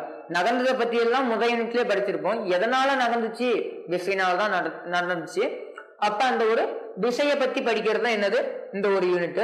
நெக்ஸ்ட் இதோட எஸ்ஐ அலகு சொல்லணும்னா நியூட்டன் சொல்லலாம். ஓகேங்களா? எஸ்ஐ யூனிட் என்னது, நியூட்டன். ஓகேங்களா? விசையை கண்டுபிடிச்சது நியூட்டன் அப்படிங்கிறதுனால நியூட்டனோட நேமையா வச்சுட்டாங்க. இதுக்கு விசையோட அலகா அல்லது வேற எந்த மாதிரி எழுதலாம்னா F = ma from நியூட்டனோட செகண்ட் லால இருந்து நியூட்டனோட இரண்டாவது இயக்க விதியிலிருந்து ஒரு ஃபார்முலா அந்த மாதிரி இருக்கும். அதுல இருந்து நம்ம எடுத்தோம்னா வேற எந்த மாதிரி எழுதலாம் அலகு அப்படின்னா எம்ங்கிறது நிறையோட அலகு கேஜி, ஏங்கிறது முடுக்கம். ஓகேங்களா? முடுக்கத்துக்கு வந்து நம்ம முன்னாடி தான் பார்த்தோம் மீட்டர் செகண்ட் பவர் -2. அப்ப இந்த மாதிரி எழுதலாம் அல்லது நியூட்டன் சிம்பிளாவும் நம்ம அதை எழுதலாம். இதுவுமே ஒரு வகையான வெக்டர் அளவு. எது, இந்த ஒரு நிலை விசை அப்படிங்கிறது ஒரு வெக்டர் அளவு. ஓகேங்களா? இந்த ஒரு பர்டிகுலர் குறிப்பாயத்துக்கு உள்ள போறதுக்கு முன்னாடி நான் இன்னும் கொஞ்சம் விசையை பத்தி பேசிடுறேன். அதாவது நான் ஜெனரலா இதுல எழுதல, ஜஸ்ட் நமக்கு சிலபஸ்லயுமே அது இல்லை, பட் நமக்கு தெரிஞ்சிருக்கணும். அந்த ஒரு விசையை பத்தி பேசுறேன், ஜஸ்ட் வேணும்னா மட்டும் நோட் பண்ணிக்கங்க. நமக்கு இயற்கையில் இருக்க 4 அடிப்படை விசைகளை பத்தி தெரிஞ்சிருக்கும். ஓகேங்களா? என்னென்ன அப்படின்னா ஃபர்ஸ்ட் வந்து ஈர்ப்பு விசை, ரெண்டாவது மின்காந்த விசை, மூணாவது வலிமை குன்றிய அணுக்கரு விசை, நாலாவது வலிமை மிக்க அணுக்கரு விசை. ஓகேங்களா? இந்த 4 வகையான விசைகளை தான் நம்ம என்னன்னு சொல்லுவோம், ஃபண்டமெண்டல் ஃபோர்சஸ் ஆஃப் நேச்சர், இயற்கையோட அடிப்படை விசைகள் அப்படிங்கிற மாதிரி நம்ம சொல்லியிருப்போம். ஃபர்ஸ்ட் ஈர்ப்பியல் விசை. அது எப்ப சார் இருக்கும், எங்க சார் இருக்கும் அப்படின்னு கேட்டீங்கன்னா ஈர்ப்பியல் விசை பேர்லயே இருக்கு. அது ஒன்லி என்னதான் பண்ணும், ஈர்க்க மட்டும்தான் செய்யணும், அட்ராக்ட் மட்டும்தான் பண்ணும், தள்ளி விடாது. ஓகேங்களா? ஒரு பொருளையும் இன்னொரு பொருளையும் தள்ளி விடுறதுக்கு அதை யூஸ் பண்ணவே முடியாது. அது அப்படி ஆக்ட் ஆகாது. ஒன்லி என்னதான் பண்ணும், ஒரு பொருள் இன்னொரு பொருளை ஈர்க்க மட்டும்தான் செய்யும். எப்ப சார் ஈர்க்கும் அப்படின்னா ஒரு பொருளுக்கு நிறைன்னு ஒண்ணு இருக்கு அப்படின்னா, நிறைன்னு இருந்தாதான் நம்ம அதை என்னன்னு சொல்லுவோம், பொருள்னு சொல்லுவோம். நிறைன்னு ஒண்ணு இருந்துச்சு அப்படின்னா ஒரு நிறைக்கும் இன்னொரு நிறைக்கும் நடுவுல கண்டிப்பா என்ன இருக்கும் அப்படின்னா ஈர்ப்பு விசை இருக்கும். எக்ஸாம்பிளுக்கு அந்த கேமரா ஒரு பொருள், நான் ஒரு பொருள் அப்படின்னு சொன்னா பொருளா கன்சிடர் பண்றோம் அப்படின்னா எனக்குமே நிறை இருக்கு, அந்த கேமராவுக்குமே நிறை இருக்கு. ஆனா ரெண்டுக்கும் நடுவுல என்ன இருக்குன்னு சொல்றேன், ஈர்ப்பு விசை இருக்குன்னு சொல்றேன். அப்புறம் ஏன் சார் 2 பேரும் வந்து ஒன்னோட ஒண்ணு ஒட்டிக்கல அப்படின்னு கேட்டீங்கன்னா நம்ம இருக்கிறது எந்த இடம், பூமியில. பூமி எவ்வளவு பெரிய நிறை. ஓகேங்களா? இப்ப இந்த ஒரு பூமியில நான் நின்றுட்டு இருக்கேன் அப்படின்னா இந்த பூமியை கம்பேர் பண்ணும் போது என்னோட நிறையோ அல்லது அந்த ஒரு கேமராவோட நிறையோ எப்படி கம்மி. அப்ப அந்த பூமியோட அட்ராக்ஷன்னாலதான் நாங்க இங்க நின்றுட்டு இருக்கோம். பூமியோட கிராவிடேஷனல் ஃபோர்ஸ் ஒருவேளை இல்லைன்னா எங்க இந்த ஒரு 2 பொருளுக்கும் நடுவில் என்ன இருக்கும், அட்ராக்ஷன் கண்டிப்பா இருந்திருக்கும். பூமியோட நிறை பெருசு அப்படிங்கிறதுனால 2 பேருமே அந்த ஒரு பொருளுமே நானுமே அப்படியே நின்றுட்டு இருக்கோம். ஓகேங்களா? இருக்கிற இடத்துல நின்று அட்ராக்ஷன் அதிகமா இல்லாததுக்கு காரணம் அதுதான். ஏன்னா இந்த பூமியோட அட்ராக்ஷன் அதிகம், பூமி எங்க மேல கொடுக்குற அந்த ஒரு அட்ராக்ஷன் அதிகம், அதனால நம்ம இப்படியே நின்றுட்டு இருக்கோம். ஓகேங்களா?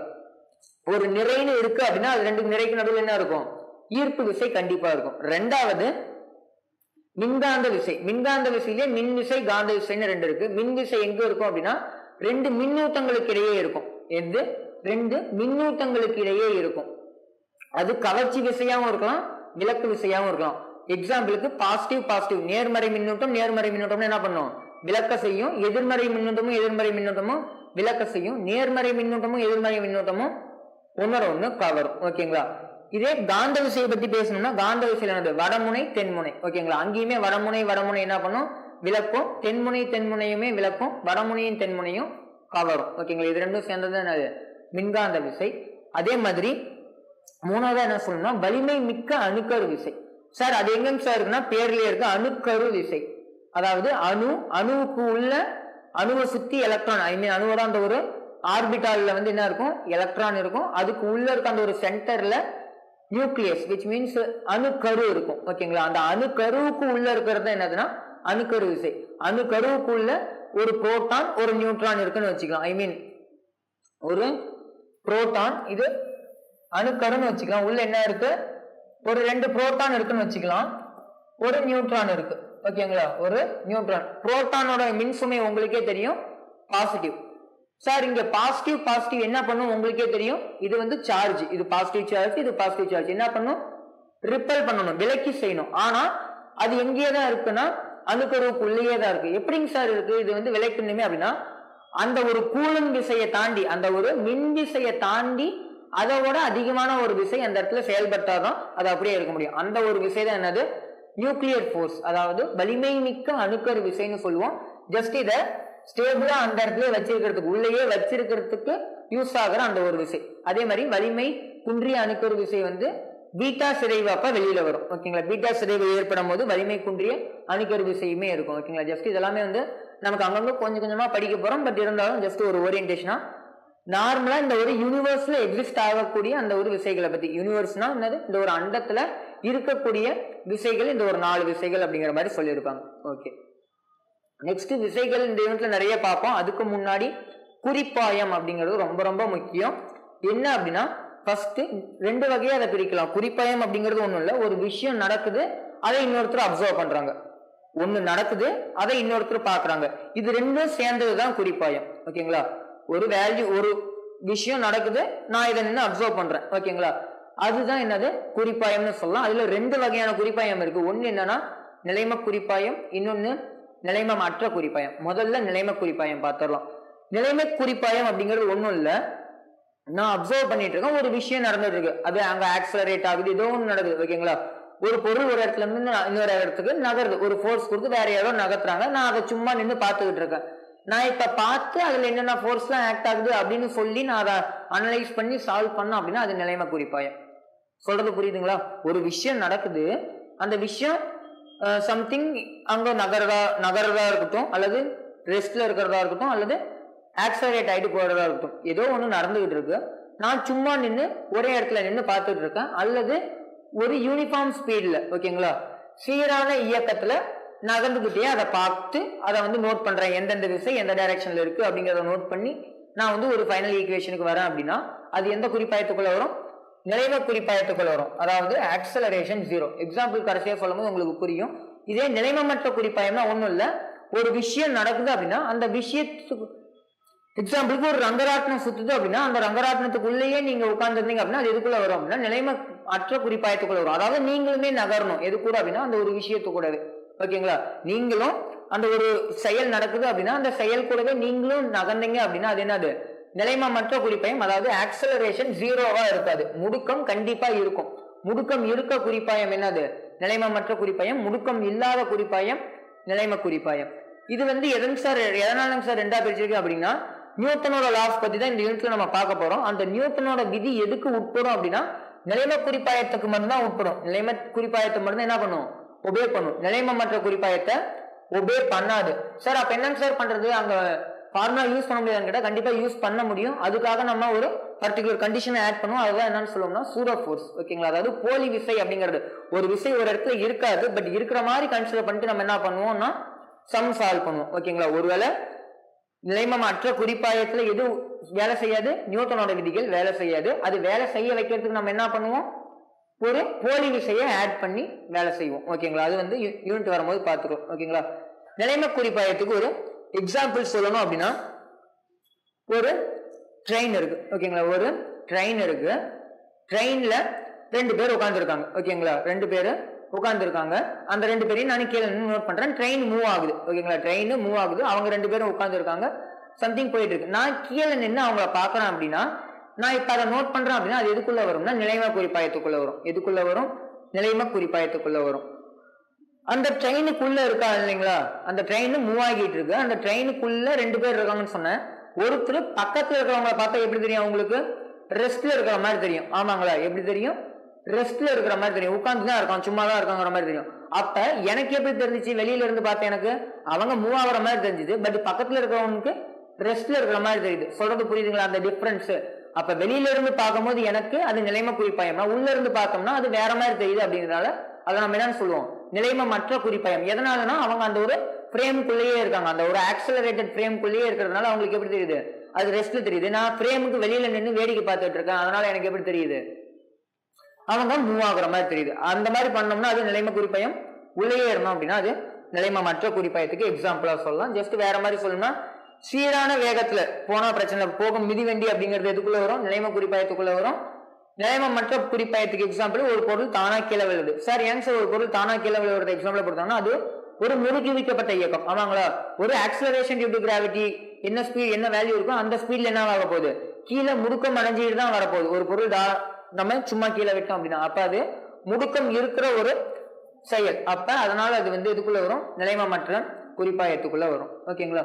புரிஞ்சிருக்கும்னு நினைக்கிறேன். நெக்ஸ்ட் டாபிக் குள்ள போலாம். விசைகள். ஓகேங்களா? விசைகளை ஜஸ்ட் இந்த ஒரு யூனிட்டை பொறுத்த வரைக்கும் ஒரு 2 வகையா பிரிக்கலாம். ஓகேங்களா? அடுத்த யூனிட்ல இன்னும் ஒரு 2 வகையா பிரிப்போம். ஓகேங்களா? அங்க எந்த மாதிரி பிரிப்போம் அப்படின்னா, கன்சர்வேட்டிவ், நான் கன்சர்வேட்டிவ், ஆற்றல் மாற்றா விசை, ஆற்றல் மாற்றம் விசைன்னு. பட் நமக்கு இப்போதைக்கு அவ்வளவு டீட்டெயிலா தேவையில்ல. சிம்பிளா தொடு விசைகள்னா என்ன, தொடா விசைகள்னா என்ன அப்படிங்கறத மட்டும் பார்த்துடலாம். இதை வச்சு நம்ம மோஸ்ட் ஆஃப் இதை புரிஞ்சுக்க ட்ரை பண்ணலாம். ஓகேங்களா? தொடு விசை, தொடா விசை. ஓகேங்களா? பேர்லயே நேம் இருக்கு. தொடு விசை அப்படின்னா 2 பொருள் ஒன்னோட ஒண்ணு ஒட்டிக்கிட்டு இருந்துச்சு, அப்ப நடுவுல ஏதோ ஒரு விசை இருக்கு, தொட்டா மட்டும்தான் நடுவுல விசை இருக்கும். ஓகேங்களா? 2 பொருள் ஒன்னோட ஒண்ணு ஒட்டிக்கிட்டு இருந்தா அல்லது தொட்டுக்கிட்டு இருந்தா மட்டும்தான் நடுவுல ஏதோ ஒரு விசை இருக்கும் அப்படின்னா அது தொடு விசை வரும். 2 பொருளும் தொட்டுக்கவே இல்லை. ஓகேங்களா? 2 பொருளும் தொட்டுக்கவே இல்லை, ஆனா நடுவுல ஒரு விசை இருக்கு அப்படின்னா அது எதுக்குள்ள வரும் அப்படின்னா தொடா விசைக்குள்ள வரும். எக்ஸாம்பிள், உராய்வு விசை தொடு விசைக்குள்ள வரும். உராய்வு விசை, உராய்வுனா என்னது? ஒரு பொருள் இன்னொரு பொருள் ஒரு தளம் இருக்குன்னு வச்சுக்கலாம், ஒரு ரோடு, அதுல ஒரு வண்டி போகுது. ஓகேங்களா? ஒரு வண்டி போகுது, நடுவுல 2 பொருள் என்னது ஒன்னொன்னு ஒட்டிட்டு இருக்கும் போது ஜஸ்ட் ஒரு வண்டி போகுதுன்னா அதுக்கு ஆப்போசிட் டைரக்ஷன்ல அந்த வண்டி போறதை தடுக்கிறது தான் என்னது? உராய்வுன்னு சொல்லுவோம், ஃபிரிக்ஷன். ஓகேங்களா? இங்கிலீஷ்ல என்னன்னு சொல்லுவாங்க? ஃபிரிக்ஷன். அப்ப 2 பொருள் ஒன்று தொடுலன்னா என்ன நடக்காது? ஃபிரிக்ஷன் இருக்காது. அப்ப தொட்டுட்டு இருக்கும் போது இருக்கிற ஒரே விசை என்னது? இந்த ஒரு உராய்வு விசை. ஓகேங்களா? தொட்டுட்டு இருந்தா மட்டும்தான் இருக்கும். ஓகேங்களா?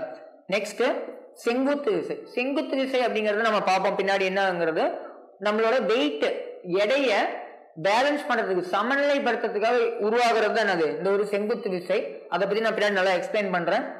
3வது இழுவிசை. இழுவிசைங்கிறது ஒரு கயிற்றை பிடிச்சி நம்ம இழுக்கிறோம் அப்படின்னா அங்க உருவாகிற விசை. கயிறு சும்மா இருக்கு அப்படின்னா இழுவிசை இருக்காது. ஓகேங்களா? கயிறுல எந்த ஒரு விசையுமே செயல்படல அப்படின்னா என்ன இருக்காது? இழுவிசை இருக்காது. ஆனா கயிற்றுல ஏதோ ஒரு ஃபோர்ஸ் கொடுத்து நான் இழுக்கிறேன் அப்படின்னா இழுவிசை இருக்கும். 4வது காற்றுத்தடை. காற்றுத்தடைங்கிறது ஒண்ணு இல்ல, ஏர் ஃபிரிக்ஷன் சொல்லுவோம். ஒண்ணும் இல்ல, நான் சும்மா நின்றுட்டு இருக்கேன், என் மேல காத்து நார்மலா இந்த இடத்துல காத்து அடிக்கலாம், லைட்டா மோதிட்டு இருக்கும், நமக்கு தெரியாது. பட் காத்தே அடிக்கலனாலும் நான் கொஞ்சம் ஓடணும் அப்படின்னா என்ன ஆகும்? நமக்கு காத்து அடிக்கிற மாதிரி ஃபீல் ஆகும். நீங்க ஃபீல் பண்ணிருப்பீங்கன்னு நினைக்கிறேன். மீனிங் என்னன்னா, காத்து அடிக்குதோ இல்லையோ நம்ம ஓடுறதுனால அந்த காத்தை போய் நம்ம தான் தள்ளுறோம். ஓகேங்களா? அதனால என்னவாகுது? காத்து நம்ம மேல படுற மாதிரி தெரியுது. அப்ப அதனால நம்மளோட மோஷன் என்னவாகும்? தடைப்படும். ஓகேங்களா? அப்ப அதுவுமே என்னது? ஒரு வகையான மோதல்னால, உராய்வு இருக்கிறதுனால, தொட்டுக்கிட்டு இருக்கிறதுனால மட்டும்தான் என்ன இருக்க போகுது? இந்த ஒரு காற்று தடையுமே இருக்க போகுது. அப்ப இந்த மாதிரி விசைகள்லாம் சார் ஏன் சார் இதெல்லாம் எழுதிருக்கீங்க அப்படின்னா இது எல்லாத்தையும் பத்தியுமே நம்ம படிக்க போறோம். இந்த ஃபர்ஸ்ட் 3 விசையை பத்தி இந்த யூனிட்லயே படிப்போம். இந்த காற்று தடையை பத்தி அடுத்த யூனிட், 4வது யூனிட். ஓகேங்களா?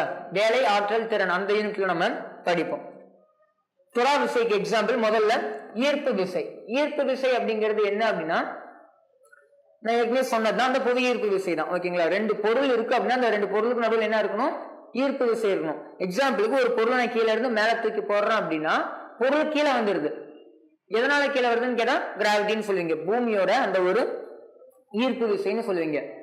அந்த பூமி அதை கையை பிடிச்சி இழுக்குதா, அந்த பொருளை பிடிச்சி இழுக்குதா, அல்லது கயிற்றுல கட்டி இழுக்குதான்னு கேட்டீங்கன்னா இல்ல, சும்மா மேல போகுது, மேல போறத ஜஸ்ட் எதுவுமே பண்ணாம கீழே வர வைக்குது, அதோட ஈர்ப்பு விசையினால. ஓகேங்களா? அப்ப ஒரு பொருள் பூமிக்கும் அந்த மேல போன அந்த ஒரு கல்லுக்கும் நடுவுல கான்டாக்டே இல்லைனாலும் என்னவாகுது? அதை அட்ராக்ட் பண்ணி இழுக்குது. அப்ப அது எதுக்குள்ள வரும்? தொடா விசைக்குள்ள வரும். தொட்டுக்கிட்டு இருந்தாலும் இருக்கும், தொட்டுக்கிட்டு இல்லைனாலுமே இருக்கும். ஓகேங்களா? அப்ப இருக்கிறது தான் அது தொடா விசைகள். கூலும் விசை, கூலும் விசைங்கிறது ரெண்டு மின்னூட்டங்களுக்கு இடையே இருக்கிறது தான். ரெண்டு மின்னூட்டம் பக்கத்துல வருது, பாசிட்டிவ் பாசிட்டிவ் கொஞ்சம் பக்கத்துல வரும்போது என்ன ஆயிடும், தூரம் தள்ளி விட்டுரும். நடுவுல வந்து கிட்ட வரக்கூடாது. அதே மாதிரி கொஞ்சம் டிஸ்டன்ஸ்லயே இருக்கு, ஒரு பாசிட்டிவ் ஒரு நெகட்டிவ் என்ன பண்ணும், இழுத்து வச்சுக்கும், ஒன்னாவோட ஒண்ணு இழுத்து வச்சுக்கும். அப்ப அதுவுமே என்னன்னா தொடா விசைகள் தான் வரும். அதே தான் காந்த விசையுமே வரும். தொடா விசையிலே தான் எதுவுமே வரும், காந்த விசையுமே வரும். அதே மாதிரி நாம் என்ன சொன்னா அந்த அணுக்கரு விசையுமே என்னது தொடா விசைக்குள்ளதான் வரும். ஜஸ்ட் இதெல்லாம் எல்லாமே நம்ம சிலபஸ்ல இருக்கிறது தான், ஒவ்வொன்றும் ஒவ்வொரு பாட்டுல படிக்க போறோம். இந்த ஈர்ப்பு விசை, இதுல இருக்க இந்த ஒரு 5 விசையை பத்தி நம்ம இந்த ஒரு மெக்கானிக்ஸ் பார்ட்லயே படிச்சிருவோம். இது மூணும் நம்ம 12th பார்ட்ல படிப்போம். ஓகேங்களா? இது மூணுத்தையும் நம்ம எங்க படிப்போம், 12th பார்ட்ல படிப்போம்.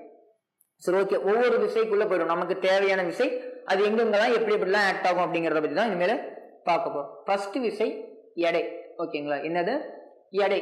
இதுல சொல்லுவோம் அப்படின்னா டபிள்யூங்கிற லெட்டர்ல நம்ம அதை குறிப்போம். ஓகேங்களா? டபிள்யூங்கிற லெட்டர்ல தான் நம்ம அதை என்ன பண்ணுவோம், குறிப்போம். எடைங்கிறது என்னன்னா சிம்பிளா சொல்லணும்னா எடைக்கு முன்னாடி நிறைங்கிற அந்த ஒரு கான்செப்ட்ல இருந்து நான் போறேன். நிறைனா என்னது, ஒரு பொருள்ல எவ்வளவு அணுக்களால் ஆனது, அந்த அணுக்கள் எவ்வளவு பக்கத்துல இருக்குதுங்கிறத வச்சு பேசுறது என்னது நிறை. எக்ஸாம்பிளுக்கு நான் இங்க இருக்கேன், பூமியில இருக்கேன், என் உடம்புல ஒரு 10 லட்சம் செல் இருக்கு அப்படின்னா நான் நிலாவுக்கு போனாலும் என்னதான் இருக்கும், என் உடம்புல அதே 10 லட்சம் செல் தான் இருக்கும். இதே மெர்க்குரிக்கு போனாலுமே 10 லட்சம் செல்ஸ் தான் இருக்கும். அப்ப நிறைங்கிறது எங்க போனாலுமே மாறாது. யூனிவர்ஸ்ல நீங்க எந்த இடத்துக்கு போனாலுமே என்ன மாறாது, நிறை மாறாது. ஆனா எடைங்கிறது மாறும். எதை பொறுத்து மாறும்னா அந்த ஒரு இடத்தோட புவியீர்ப்பு விசையை பொறுத்து மாறும், ஈர்ப்பு விசையை பொறுத்து, கிராவிடேஷனல் போர்ஸை பொறுத்து மாறும். ஓகேங்களா? என்னது ஈர்ப்பு விசையை பொறுத்து மாறக்கூடியது. ஓகேங்களா? அப்ப பூமியில நான் இருக்கேன்னா என்னோட எடை 50 நியூட்டன் அப்படின்னா நிலாவுக்கு போனோம்னா 50ன்னு இருக்காது. சொல்றது புரியுதுங்களா? நம்ம எடையை தான் வந்து நம்ம எதுல சொல்லணும், எடையை நம்ம சொல்ல வேண்டியது என்ன யூனிட்ல, எடைங்கிறது ஒரு வகையான விசை, அதோட யூனிட் என்ன இப்ப நியூட்டன். ஆனா நம்ம கேஜியில சொல்லுவோம் எடையை கேட்டோம்னா. ஓகேங்களா? கேஜியில சொல்லக்கூடாது, கேஜிங்கிறது நிறையோட அலகு, எடையோட அலகு என்னது நியூட்டன்ல தான் நம்ம சொல்லணும். அது ஒரு வகையான விசை, அவ்வளவுதான். ஓகேங்களா? ஈர்ப்பு விசை அந்த ஒரு கண்டிஷன். சிம்பிளா சொல்லணும்னா நிறை மீது எவ்வளவு புவியீர்ப்பு விசை படுதோ அல்லது புவியீர்ப்பு முடுக்கம் இருக்குதோ அதுதான் என்னது எடைன்னு சொல்லுவோம். I mean gravity. ஓகேங்களா? W = mass into acceleration due to gravity. ஓகேங்களா? இதுதான் இதுக்கான ஃபார்முலா அப்படின்னா புவியீர்ப்பு முடுக்க ஐ மீன் எடைக்கான ஃபார்முலா. ஓகேங்களா? நெக்ஸ்ட் தனித்த விசை வரைபடம். ரொம்ப ரொம்ப முக்கியம் இந்த கண்டிஷன். ஒவ்வொரு இதுக்குமே ஒவ்வொரு விசைக்குமே இதை நம்ம பார்ப்போம். இங்க இருந்தே நம்ம ஆரம்பிச்சிடலாம். என்ன அப்படின்னா ஃப்ரீ பாடி டயக்ராம் இங்கிலீஷ்ல சொல்லுவாங்க, தமிழ்ல தனித்த விசை வரைபடம்னு சொல்லலாம். என்ன அப்படின்னா ஒரு பொருள் இருக்கு அப்படின்னா அந்த பொருள்ல எந்தெந்த டைரக்ஷன்ல என்னென்ன விசைகள்லாம் செயல்படுது அப்படிங்கறத குறிக்கிறது தான் ஒரு பாயிண்ட் வச்சு. ஓகேங்களா? முதல்ல எடுத்தோன்னு இதுக்கான கண்டிஷன் அது, ஒரு நிறை இருக்குன்னா அதை நம்ம ஒரு பாயிண்டா கன்சிடர் பண்ணிட்டு அந்த பாயிண்ட்ல இருந்து எந்தெந்த டைரக்ஷன்ல, எக்ஸாம்பிளுக்கு ஒரு 4-5 டைரக்ஷன்ல 4-5 விசை செயல்படுதுன்னு வச்சுக்கலாம், இந்த மாதிரி செயல்படுதுன்னு வச்சுக்கலாம். அப்ப ஒவ்வொரு டைரக்ஷன்லயும் என்ன விசை செயல்படுது அப்படிங்கிற குறிச்சு நம்ம சால்வ் பண்ண போறோம், ஒரு சம்ம சால்வ் பண்ண போறோம் அப்படின்னா அந்த குறிக்கிறதுக்காக யூஸ் பண்றதுக்கு பேர் தான் என்னது தனித்த விசை வரைபடம், ஃப்ரீ பாடி டயக்ராம். ஓகேங்களா?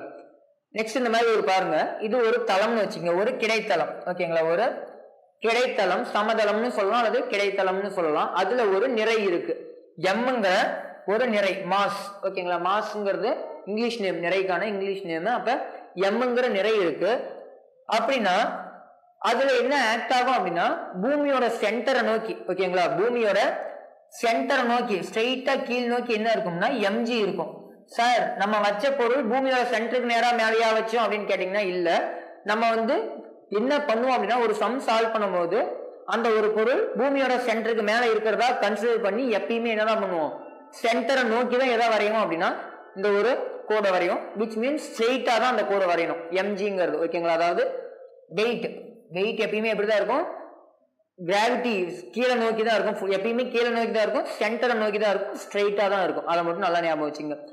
சரி, இந்த மாதிரி ஒரு சாய்தளம் இருக்குன்னு வச்சுக்கலாம். என்னது ஒரு சாய்தளம், அதோட கோணம் ஒரு தீட்டான்னு வச்சுக்கலாம். தீட்டா அளவு இருக்க ஒரு கோணத்துல ஒரு பொருளை வச்சிருக்கோம் மேல, அந்த பொருள் என்ன ஆகும் கீழே வரும். ஓகேங்களா? கீழே வருதா இல்லையாங்கிறத அது அப்புறம் பார்த்துக்கலாம், சும்மா வச்சிருக்கோம். ஓகேங்களா? இப்ப நல்லா பாருங்க, எம்ஜிங்கிறது எப்படி இருக்கும், கீழே தான் இருக்கும், உங்களுக்கு தெரியும் கீழே தான் இருக்கும்.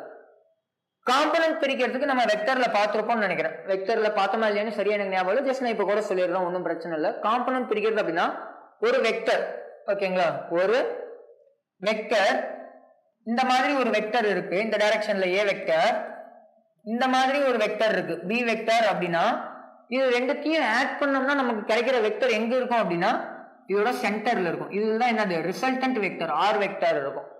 இது வந்து வெக்டரோட இணைகர விதியில இருந்து வரும். ஓகேங்களா, வெக்டரோட இணைகர விதி உங்களுக்கு நடத்தும் போது நான் வந்து இன்னும் கொஞ்சம் டீப்பாவே சொல்றேன். இப்போதைக்கு அந்த காம்பனண்ட் பிரிக்கிறத மட்டும் சொல்லி தந்துடுறேன். ஓகேங்களா, ஏ வெக்டார் பி வெக்டார்னா ஹெட் டெயில் பத்தி தான் உங்களுக்கு பேசியிருப்பேன். ஓகேங்களா, ஹெட் டெயில் டு ஹெட், இங்க மறுபடியும் என்ன டெயில் டு ஹெட். ஓகேங்களா, இதுதான் என்னது ஆர் வெக்டர். ஒரு சென்டர்ல இருக்கிறது தான் ஆர் வெக்டர். நல்லா கவனிங்க, ஆறுங்கிறது ரிசல்டன்ட் தொகுபயன், எம்ஜிங்கிறது இந்த இடத்துல என்னது தொகுபயன். மொத்தம் இங்க இருக்கு. அப்ப நான் ரெண்டா பிரிக்கணும் சார். ஏன் சார் ரெண்டா பிரிக்கிறீங்க? இங்க ரெண்டா பிரிக்கவே இல்லை, அங்க ஏன் ரெண்டா பிரிக்கிறீங்க கேட்டா நல்லா கவனிங்க, இந்த இடத்துல அது எம்ஜிங்கிறது மொத்தமாவே கீழே மட்டும்தான் இருக்கு. ஓகேங்களா, எந்த ஒரு பர்டிகுலர் டைரக்ஷன்லயுமே அது போகணுங்கிற அவசியம் இல்லை. ஒண்ணும் இல்லை, இது இங்கே தான் நிக்க போகுது. இப்படி வச்சுட்டோம் அப்படின்னா ஒரு பொருளை இது இப்படியே தான் இருக்க போகுது. பட் ஒரு பர்டிகுலர் ஆங்கிள் வச்சுனா என்ன ஆகும், அது வலிக்கிட்டு கீழே வரும். காரணம் என்ன அப்படின்னா எம்ஜி ஸ்ட்ரெயிட்டா ஆக்ட் ஆனாலும் அதோட சில மதிப்பு மட்டும் எந்த பக்கம் ஆக்ட் ஆகுதுன்னா கொஞ்சம் ரெண்டா பிரிஞ்சு ஆக்ட் ஆகுதா இருக்கும். ஏன்னா அது ஒரு விசை வெக்டர் அளவு. ஓகேங்களா, வெக்டருங்கும் போது அதை பிரிக்க முடியும். இந்த கோணம் தீட்டா அப்படின்னா மறுபடியும் இந்த கோணமும் என்னதான் வரும், தீட்டா வரும். நல்லா கவனிங்க, இது என்னது எதிர்பக்கங்களா? இந்த ஒரு இடத்த நம்ம என்ன இருக்கலாம், இந்த ஒரு கோணத்துக்கு எதிர்பக்கமா இருக்கலாம். எதிர்பக்கத்தை நம்ம என்ன எழுதலாம், சைன் தீட்டா. எதிர்பக்கம் வந்து சைன் தீட்டா. எம்ஜி இருக்கிறதுனால நம்ம என்ன எழுதலாம், எம்ஜி சைன் தீட்டான்னு எழுதலாம். நமக்கு சம வெக்டர்களை பத்தி படிச்சிருப்போம். இந்த ஒரு வெக்டரும் ரெண்டு வெக்டர் இணையாமும் எண் மதிப்பிலையும் திசையிலையும் சமமாக இருந்துச்சுன்னா அதை நம்ம என்னன்னு சொல்லுவோம், சம வெக்டர்னு சொல்லுவோம். அந்த சம வெக்டர் கண்டிஷன் படி இது எம்ஜி சைன்னா இதுவுமே என்னதான் எம்ஜி சைன் தீட்டா தான். அதே மாதிரி இதுதான் என்னது அடுத்துள்ள பக்கம். இது எதிர்பக்கம்னா இதுதான் என்னது அடுத்துள்ள பக்கம். அப்ப அடுத்துள்ள பக்கம்னா நமக்கு என்ன வரும், எம்ஜி காஸ் தீட்டா வரும். ஓகேங்களா, சிம்பிளா நீங்க இந்த கண்டிஷன் புரியல அப்படின்னாலும் நீங்க என்ன பண்ணிக்கலாம், எம்ஜி காஸ் போட்டீங்கன்னா மீதி இருக்கிறது என்னது எம்ஜி சைன் போட்டுக்கலாம். ரொம்ப ரொம்ப முக்கியமான ஒரு கண்டிஷன் வெக்டரோட காம்பனண்ட்டை பிரிக்கிறது. ஓகேங்களா, இது வந்து விசைக்கு மட்டும்தான், எந்த வகையான வெக்டரா இருந்தாலும் இந்த மாதிரி பிரியும். ஓகேங்களா, வெக்டர்னு ஒண்ணு இருக்கு அப்படின்னா அதோட முழு மதிப்பும் ஒரே இடத்துல செயல்படல அப்படின்னா அது ரெண்டா பிரியும். ஓகேங்களா, அது வெக்டரா இருந்தா மட்டும், ஸ்கேலர் தெரியாது. ஓகேங்களா, நெக்ஸ்ட் செங்குத்து விசை. ஓகேங்களா, என்ன விசை, செங்குத்து விசை. அதாவது நார்மல் ரியாக்ஷன் இங்கிலீஷ்ல சொல்லுவாங்க. என்கிற லெட்டர்லயோ அல்லது கேபிட்டல் ஆர்ங்கிற லெட்டர்லயோ டினோட் பண்ணுவாங்க. நான் மோஸ்ட்லி என்ல தான் டினோட் பண்ணுவேன். ஓகேங்களா, என் அல்லது ஆர் ரெண்டுல எதுல வேணாலும் டினோட் பண்ணலாம். நீங்க படிக்கிற புக்கும் எந்த மாதிரி இருக்குன்னு பாத்துங்க. என்சிஆர்டி புக்கும் ஸ்டேட் போர்டு புக்கையும் தவிர வேற எதுக்கும் மோஸ்ட்லி போகிறதுக்கு ட்ரை பண்ணாதீங்க. ஓகேங்களா, செங்குத்து விசை.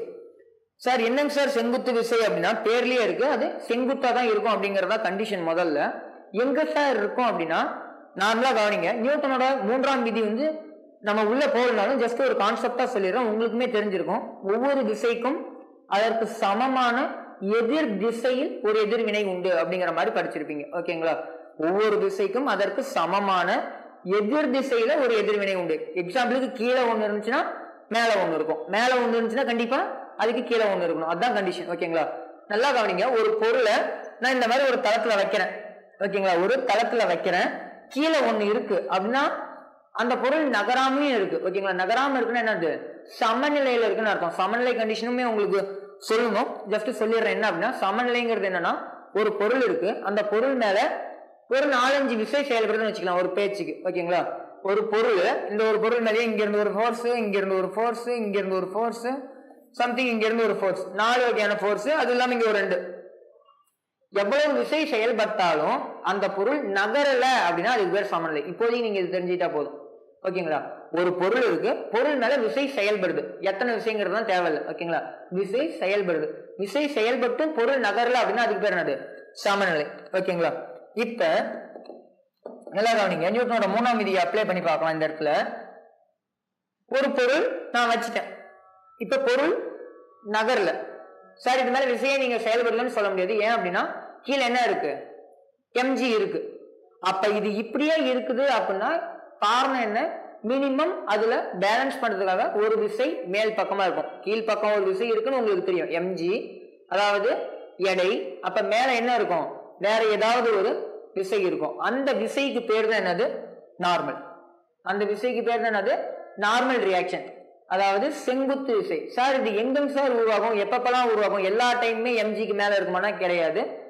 எப்ப உருவாகும் அப்படின்னா ஒரு தளம் இருக்கு இல்லைங்களா, ஒரு தளம் இருக்குன்னா தளத்து மேல அந்த ஒரு பொருள் இருக்குன்னா அந்த தளத்துக்கும் இதுக்கும் நடுவில் இருக்க செங்குத்து ஓகேங்களா. இப்படி ஒரு தளம் இருக்குன்னா இதுக்கு நம்ம எப்படி செங்குத்து வரைவோம், இப்படிதான் வரைவோம். இந்த மாதிரி ஒரு தளம் இருக்குன்னா அதுக்கு செங்குத்து இப்படி வரைவோம். ஒருவேளை இந்த மாதிரி தளம் இருக்குன்னா அதுக்கு செங்குத்து இந்த மாதிரி வரைவோம். புரியுதுங்களா? ஒரு தளம் இருக்குன்னா அந்த தளத்துக்கு செங்குத்தா இருக்கும் அப்படிங்கிறதுக்கு பேர் தானே அது செங்குத்து விசை. தளத்திற்கு செங்குத்தாக ஓகேங்களா. ஒரு பொருள் தளத்தில் வைக்கப்படும் போது தளத்திற்கு செங்குத்தாக செயல்படக்கூடிய விசைக்கு பேர் தானது செங்குத்து விசை. அப்ப நல்லா கவனிங்க, இது எம்ங்கிற மாஸ்னா கீழே என்ன இருக்கும் நமக்கு தெரியும், எம்ஜி இருக்குன்னு தெரியும். அப்ப மேல என்ன இருக்கும், என் இருக்கும். அதை பேலன்ஸ் பண்றதுக்காக, ஏன்னா அது அப்படியே நின்றுட்டு இருக்கு, சமநிலையில இருக்கு. சமநிலையில எப்படி மினிமம் ஒரு 2 ஃபோர்ஸ் கீழே ஒண்ணு இருந்தா மேல ஒண்ணு இருந்தா மட்டும்தான் அதை ஆப்போஸ் பண்றதுக்கு. எக்ஸாம்பிளுக்கு இங்க கீழே 10 இருக்குதுன்னா அதை 10 பேலன்ஸ் பண்றதுக்கு ஆப்போசிட் டைரக்ஷன்ல அது -10ன்னு வச்சுக்கலாம்.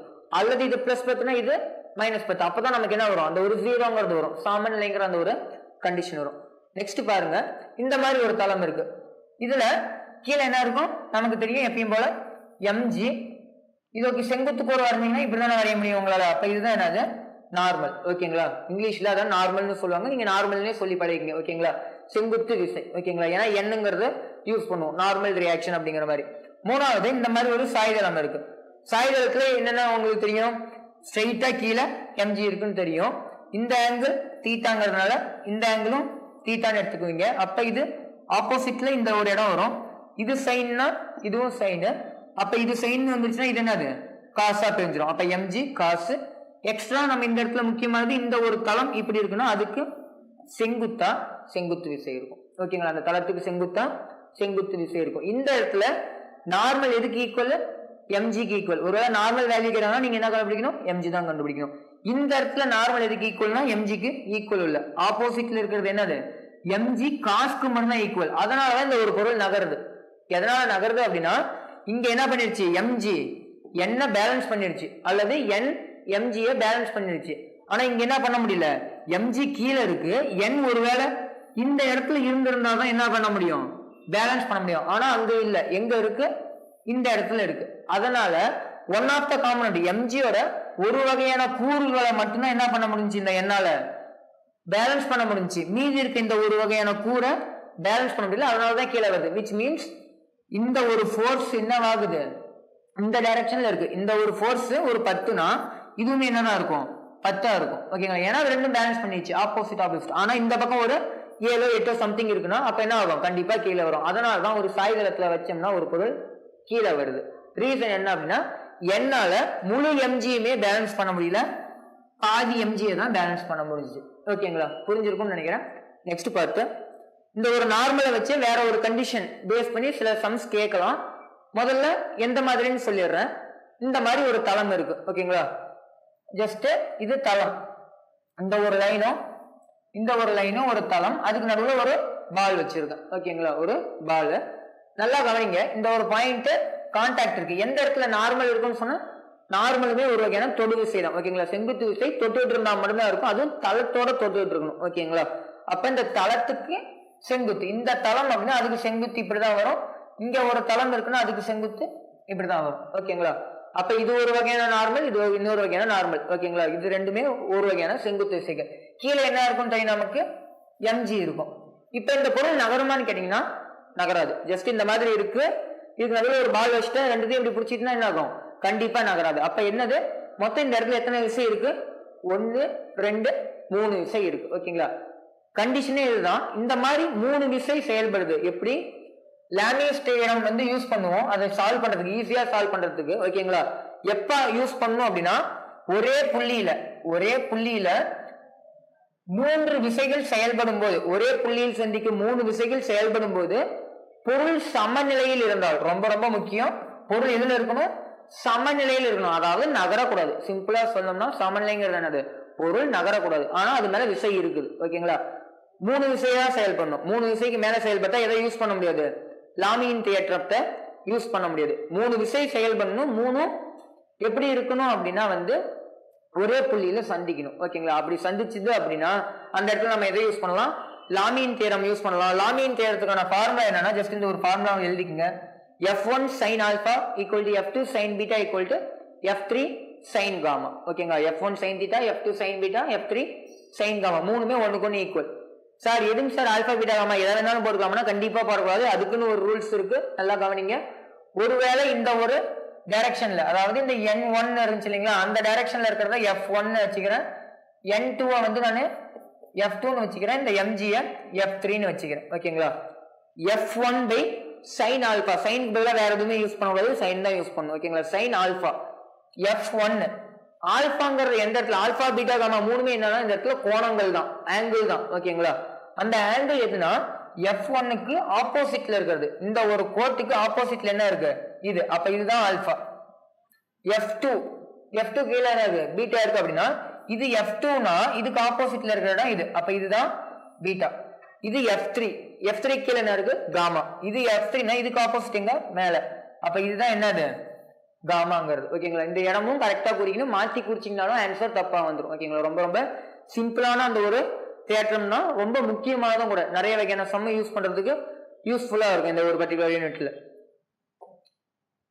நெக்ஸ்ட் இழுவிசை. இங்கிலீஷ்ல என்ன சொல்லுவாங்க அப்படின்னா டென்ஷன் ஃபோர்ஸ்னு சொல்லுவாங்க, கேபிட்டல் டீல டினோட் பண்ணுவாங்க. ஓகேங்களா, கேபிட்டல் டீங்கிறது அதை குறிக்கக்கூடிய அந்த ஒரு லெட்டர். ஓகேங்களா, டென்ஷன் ஃபோர்ஸ் நான் ஏற்கனவே சொன்ன மாதிரி எங்க இருக்கும் சார் அப்படின்னா கயித்துல இருக்கும், கயிறு அல்லது கம்பி. ஓகேங்களா, ஒரு கயிற்றை பிடிச்சி இழுக்கிறோம் அல்லது ஒரு விசை கொடுக்கிறோம் அல்லது அந்த கயிற்றுல ஒரு பொருளை கட்டி தொங்க விடுறோம் அப்படின்னா அங்க என்ன இருக்கும் அப்படின்னா டென்ஷன் இருக்கும். கயிறு இல்லைன்னா டென்ஷன் ஃபோர்ஸ் இருக்காது. எந்த இடத்துல தான் இருக்கும், கயிற்றுல மட்டும் தான் இருக்கும். நெக்ஸ்ட் எந்த டைரக்ஷன்ல இருக்கும் அப்படிங்கறத பத்தி பேசலாம்.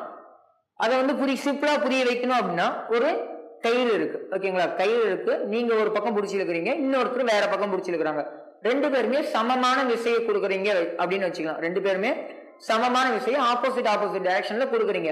கயிறு எந்த இடத்துல அறுந்து போகும்னு கேட்டீங்கன்னா கண்டிப்பா அதோட நடுப்பகுதியில, மையப்பகுதியில தான் அறுந்து போகும். எதனால அப்படின்னா அந்த டைரக்ஷன்ல தான் என்ன ஆக்ட் ஆகும் அப்படின்னா டென்ஷன் ஃபோர்ஸ் ஆக்ட் ஆகும், ரீஸ்டோரிங் ஃபோர்ஸ் தான் அது. ஓகேங்களா, நம்ம கொடுக்குற விசையை தடுக்கிற விதமா ஆப்போசிட் டைரக்ஷன்ல உருவாக்குற அந்த ஒரு விசை தான் என்னது, இழு விசை அப்படிங்கறத சொல்லுவோம். ஓகேங்களா, ஒரு கயிற்றுல அத மூலக்கூறு விசைகளால், ஓகேங்களா, அதாவது இன்டர் மாலிகுலர் ஃபோர்ஸஸ் சொல்லுவோம். ஒவ்வொரு மூலக்கூறுக்கும் நான் இடைப்பட்ட அந்த ஒரு விசை. ஓகேங்களா, சிம்பிளா சொல்லணும்னா அந்த இடம் குறையும். ஒரு மூலக்கூறுக்கும் இன்னொரு மூலக்கூறுக்கும் இடைப்பட்ட அந்த தொலைவு என்ன ஆகும் அப்படின்னா நம்ம கைத்தை பிடிச்சிருக்கும் போது அதிகமாகறதுனால என்னது, கயிறு அறுந்து போகுது. ஓகேங்களா, அக மூலக்கூறு விசைகளால் உருவாகக்கூடிய ஒரு மீட்சி விசை, ரீஸ்டோரிங் ஃபோர்ஸ்னு சொல்லுவோம். ஓகேங்களா, அதுதான் என்னது, இழு விசை. எக்ஸாம்பிளுக்கு இதை எப்படி கண்டுபிடிக்கலாம் அப்படின்னா முனையிலிருந்து எதிர் திசையில் செயல்படக்கூடியது. என்னங்க சார் முனை அப்படின்னா ஒன்றும் இல்லை, இந்த மாதிரி கனெக்ட் பண்ணியிருக்காங்கன்னு வச்சுக்கலாம். நமக்கே தெரியும் இது M1 கீழே M1G, மேல N1 நார்மல் இருக்கும், கீழே M2G, இது M2னா M2G கீழே இருக்கும், மேல நார்மல் இருக்கும். இது வரைக்கும் நம்ம பார்த்ததெல்லாம் வச்சு டென்ஷன் எங்க இருக்கும் அப்படின்னா நடுவில் ஒரு கையில வச்சு கனெக்ட் பண்ணியிருக்காங்கன்னு வச்சுக்கலாம். இதுல Fங்கிற ஃபோர்ஸ் கொடுத்துருக்காங்கன்னு வச்சுக்கலாம். ஓகேங்களா, கயிறு கனெக்ட் பண்ணியிருக்காங்க, Fங்கிற ஃபோர்ஸ் கொடுக்குறாங்கன்னு வச்சுக்கலாம். என்ன ஆகும், நகரும். அப்படி நகரும் போது என்ன ஆகும், இதையும் சேர்த்து தான் என்ன பண்ணும், இது இழுத்துக்கிட்டே வரும். ஆமாங்களா, அப்ப இது இந்த பக்கம் போகுது, இது என்ன பண்ணும், இந்த டைரக்ஷன்ல இந்த இடத்துல ஃபோர்ஸ் கொடுக்கும், இது இந்த டைரக்ஷன்ல ஃபோர்ஸ் கொடுக்கும்.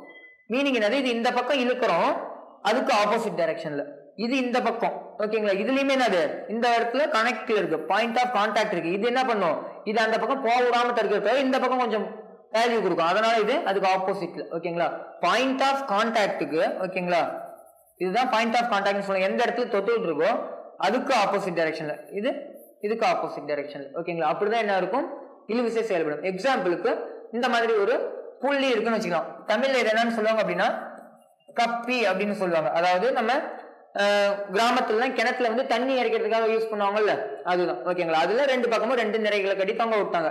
கீழே என்ன இருக்கும் நமக்கு தெரியும், கீழே MG இருக்கும். அது வந்து பூமியில இந்த மாதிரி கான்டாக்ட்ல இருந்தாலும் சரி, தொங்க விட்டுருந்தாலும் சரி, ஏன்னா அது தொடா விசை எல்லா இடத்துலயுமே இருக்கும், தொட்டு இருந்தாலும் இருக்கும், தொடாம இருந்தாலும் இருக்கும். ஆனா தொடு விசைங்கிறது தொட்டுட்டு இருந்தா மட்டும்தான் இருக்கும். ஓகேங்களா, அப்ப இந்த இடத்துல வந்து நார்மல் இருக்குமான்னு கேட்டீங்கன்னா கண்டிப்பா இருக்காது, ஏன்னா கீழே எதுவுமே தொட்டுட்டு இல்ல. புரியுதுங்களா, எதனால இங்க நார்மல் இல்ல, கீழே எதுவுமே தொட்டுட்டு இல்ல. நல்லா கவனிங்க, மேல என்ன இருக்கும் அப்படின்னா இந்த கைத்துல இது சம்திங், இந்த இடத்துல பாயிண்ட் ஆஃப் கான்டாக்ட்னா அதுக்கு ஆப்போசிட் டைரக்ஷன்ல டென்ஷன், இங்க பாயிண்ட் ஆஃப் கான்டாக்ட்னா அதுக்கு ஆப்போசிட் டைரக்ஷன்ல டென்ஷன் இருக்கும். என்னது, இழு விசை இருக்கும். ஓகேங்களா சார், இங்கேயும் டி ரெண்டுமே ஒரே கயிறு அப்படிங்கறதுனால, ரெண்டுமே ஒரே கயிறா இருந்தாலும் அதை கனெக்ட் பண்ண முடியும். சொல்றது புரியுதுங்களா, ஒரே கயிறா இருந்தா டீ மட்டும் யூஸ் பண்ணணும். எக்ஸாம்பிளுக்கு இதுல இன்னும் ஒரு கயிறு கீழே இந்த மாதிரி கனெக்ட் ஆயிருக்குன்னு வச்சுக்கலாம், சும்மா ஒரு பேச்சுக்கு. இப்ப இந்த இடத்துல என்ன ஆகும், இந்த இடத்துலயுமே பாயிண்ட் ஆஃப் கான்டாக்ட் இருக்கு, இங்கேயுமே பாயிண்ட் ஆஃப் கான்டாக்ட் இருக்கு. அப்ப இங்க ஒரு டென்ஷன் இருக்கும், இங்க ஒரு டென்ஷன் இருக்கும். இது ரெண்டுத்தையும் டிடின்னு கொள்ளலாம்னா சொல்லக்கூடாது, ஏன்னா வேற கயிறு வேற மாதிரி இருக்கலாம், அதோட ப்ராப்பர்ட்டி அதோட பண்பு வேற மாதிரி இருக்கும். அப்ப இது என்னன்னு சொல்லலாம், T1 T1 எடுத்துக்கலாம். ரெண்டுமே T1 தான். இங்க TTனா இங்க என்னது T1 T1 நம்ம எடுத்துக்கலாம். ஓகேங்களா. ஈக்குவேஷன் எழுதுறதுக்கு ரொம்ப ரொம்ப முக்கியம் ஒரு ஃப்ரீ பாடி டயக்ராம் வரையிறது. ஓகேங்களா. ஒரு ஃப்ரீ பாடி டயக்ராம் வரையறதுக்கு மட்டும் தான் நான் உங்களுக்கு இப்ப சொல்லிட்டு இருக்கேன், தனித்த விசை வரைபடம். அதை வச்சு நம்ம என்ன பண்ணணும், ஒரு ஈக்குவேஷன் எழுதணும். அந்த ஒரு இயக்கத்துக்கான ஈக்குவேஷனை நம்ம எழுதணும்னா தான் கடைசியா அவங்க என்ன முடுக்கம் கேட்கறாங்களா விசை கேட்கறாங்களாங்கிறத நம்ம கடைசியா கண்டுபிடிக்கிறதுக்கு யூஸ்ஃபுல்லா இருக்கும். ஓகேங்களா. நெக்ஸ்ட் சுருள்வில் விசை. ரொம்ப ரொம்ப சிம்பிள் தான். உங்களுக்கு இந்த ஒரு டென்ஷன் புரிஞ்சிருந்துச்சுன்னா அது அப்படியே அங்க வரும். கயிறுக்கு பதிலாக நடுவில் என்ன இருக்கும்னா ஒரு சுருள்வில் இருக்கும், ஸ்ப்ரிங். சிம்பிளா சொல்லணும்னா சுருள்வில் என்னன்னு சொல்லுவாங்க, ஸ்ப்ரிங்னு நம்ம சொல்லலாம். எதுல டினோட் பண்ணுவாங்கன்னா சுருள்வில் விசையை கேபிட்டல் எஃப் கீழே வந்து சஃபிக்ஸ்ல ஒரு எஸ். ஓகேங்களா. ஸ்ப்ரிங் ஃபோர்ஸ் ஞாபகம் வச்சுக்கிறதுக்கு இழுவிசை மாதிரியே தான் இருக்கும். எக்ஸாம்பிளுக்கு இந்த மாதிரி நான் ஒரு இருக்கு, ஓகேங்களா, கனெக்ட் பண்ணிருக்காங்க. இங்க எஃப்ங்கிற ஃபோர்ஸ் கொடுக்குறேன், நடுவில் வந்து கயிறுக்கு பதிலாக என்ன இருக்கு, ஸ்ப்ரிங் இருக்கு. அப்படின்னா இங்கேயுமே என்ன ஆகும், பாயிண்ட் ஆஃப் கான்டாக்டுக்கு ஆப்போசிட் டைரக்ஷன்ல பாயிண்ட் ஆஃப் கான்டாக்டுக்கு ஆப்போசிட் டைரக்ஷன்ல என்ன இருக்கும்னா ஸ்ப்ரிங் ஃபோர்ஸ் இருக்கும், சுருள்வில் விசை இருக்கும். ஆனா அங்க டீனு மட்டும் யூஸ் பண்ணக்கூடாது, நம்ம என்ன எழுதணும், எஃப்எஸ் யூஸ் பண்ணுவோம். இதுக்கு தனியா ஃபார்முலா இருக்கு. ஓகேங்க, இதுக்குன்னு தனியா ஃபார்முலா இருக்கு. ஃபார்முலா இப்போதைக்கு நமக்கு தேவையில்லை, நம்ம வந்து அந்த ஒரு பர்டிகுலர் டாபிக் நடக்கும்போது பார்த்துக்கலாம். ஜஸ்ட் எந்த டைரக்ஷன்ல என்ன இருக்கும் அப்படிங்கறத மட்டும் தான் நம்ம இப்ப கத்துக்க போறோம். ரொம்ப பேசிக்கானது. அதே மாதிரி இந்த இடத்துல பார்த்தோம்னாலுமே கீழே இங்க என்ன இருக்க போகுது, எஃப்எஸ். இது வேற ஸ்ப்ரிங், இந்த இடத்துல வேற ஸ்ப்ரிங். அப்படிங்கும் போது ரெண்டுமே எஃப்எஸ் ஆனா கண்டிப்பா இருக்கக்கூடாது. இது F1S, இது F2S எழுதும். ஓகேங்களா. F1S F2S. ஏன்னா என்ன ஆயிடுச்சு, ஸ்ப்ரிங் மாறிடுச்சு. ஓகேங்களா. சொல்றது புரியுதுங்களா. இங்க கயிறு மாறல. ஓகேங்களா. இது ஒரே கயிறு. ஓகேங்களா. இப்படி இருந்திருந்தாதான் கனெக்ட் ஆயிருக்கும். ஆனா இந்த இடத்துல ஒரு ஸ்ப்ரிங்கா இருந்துச்சுன்னா இது வேற ஸ்ப்ரிங்னு பார்த்தாலே தெரியுது, இது வேற ஸ்ப்ரிங்னு பார்த்தாலே தெரியுது. ஓகேங்களா. அப்ப அது வேற லெட்டர்ல தான் டினோட் பண்ணணும். நெக்ஸ்ட் உராய்வு விசை. ரொம்ப ரொம்ப முக்கியமானது உராய்வு விசை. இது வரைக்கும் நம்ம பார்த்த கண்டிஷன் எல்லாத்துலயுமே உராய்வை பத்தி பேசியிருக்க மாட்டோம். உராய்வுங்கிறது ஒரு பொருள் இன்னொரு பொருளோட மோதிட்டு இருக்கும் போது அதை நகர்த்தணும் அப்படின்னா அதுக்கு ஆப்போசிட் டைரக்ஷன்ல அதை தடுக்கிறதுக்காக யூஸ் பண்றதுதான் உராய்வு. அதாவது ஒரு இயக்கத்தை தடுக்கிறது தான் என்னது, உராய்வு. ஓகேங்களா. ஒரு பொருளின் இயக்கத்தை தடை செய்வதுதான் என்னது, உராய்வு சொல்லலாம். எந்த டைரக்ஷன்ல சார் இந்த விசை இருக்கும், உராய்வு விசை எந்த டைரக்ஷன்ல இருக்கும் அப்படின்னா, நான் முன்னாடி போறேன்னா பின்னாடி இருக்கும், நான் முன்னாடி போறேன் அப்படின்னா பின்னாடி டைரக்ஷன்ல இருக்கும். ஓகேங்களா. எக்ஸாம்பிளுக்கு மேல இருந்து கீழே வரேன் அப்படின்னா, பொருள் கீழே வருது அப்படின்னா உராய்வு விசை மேல இருக்கும். பொருள் வந்து லெப்ட்ல இருந்து ரைட் வருது, வலதுல இருந்து இடதுக்கு போகுது, அல்லது இடதுல இருந்து வலதுக்கு போகுது அப்படின்னா, இடதுல இருந்து வலதுக்கு போகுது அப்படிங்கும் போது இடதுல இருந்து ஜஸ்ட் லெஃப்ட் டு ரைட். ஓகேங்களா. லெஃப்ட் டு ரைட் அப்படிங்கும் போது இந்த டைரக்ஷன்ல பொருள் நகருது. ஓகேங்களா. ஆக்சலரேஷன் சொல்லுவோம். பொருள் நகர்ற திசையை நம்ம என்னன்னு சொல்லுவோம், ஆக்சலரேஷன் சொல்லுவோம். அப்ப ஆக்சலரேஷன் டைரக்ஷன் இந்த பக்கம் இருக்குன்னா இந்த டைரக்ஷன்ல என்ன இருக்கும், ஃபிரிக்ஷனோட டைரக்ஷன் இருக்கும். ஓகேங்களா. உராய்வு விசை ஸ்மால் எஃப்ல சொல்லுவாங்க. ஒருவேளை பொருள் இந்த பக்கம் வருது ஆக்சலரேஷன்னா ஃபிரிக்ஷனல் ஃபோர்ஸ் ஆப்போசிட் டைரக்ஷன்ல இருக்கும். பொருள் எந்த பக்கம் நகருதோ அதுக்கு எதிர் திசையில இருக்கிறது தான் என்னது, ஃபிரிக்ஷனல் ஃபோர்ஸ் நம்ம சொல்லுவோம். ஓகேங்களா. நெக்ஸ்ட் ஜஸ்ட் கவனிங்க. இந்த மாதிரி இருக்குன்னா நம்ம சிம்பிளா சொல்லணும், எந்த இடத்துல சார் இந்த உராய்வு விசை இருக்குன்னா ரொம்ப ரொம்ப முக்கியம், சர்ஃபேஸ் ரொம்ப ரொம்ப முக்கியம், அந்த ஒரு தளம். ஓகேங்களா. இது வரைக்கும் நம்ம பார்த்தது எல்லாத்தையுமே தளத்தை பத்தி நான் பேசிருக்க மாட்டேன், அந்த தளம் எப்படி இருக்குங்கிறத பத்தியும் பேசிருக்க மாட்டேன். அதாவது கிடைத்தளமா இருக்கா அல்லது ஒரு பர்டிகுலர் கோணத்துல இருக்கா, சாய்தளமா இருக்கா அப்படிங்கறத பத்தி தான் பேசிருக்கணும் இல்லையா. அது வலுவழுப்பா இருக்கா அல்லது சொரசொரப்பா இருக்கான்னு பேசிருக்க மாட்டேன். ஸ்மூத் சர்ஃபேஸா ரஃப் சர்ஃபேஸான்னு பேசிருக்க மாட்டேன்.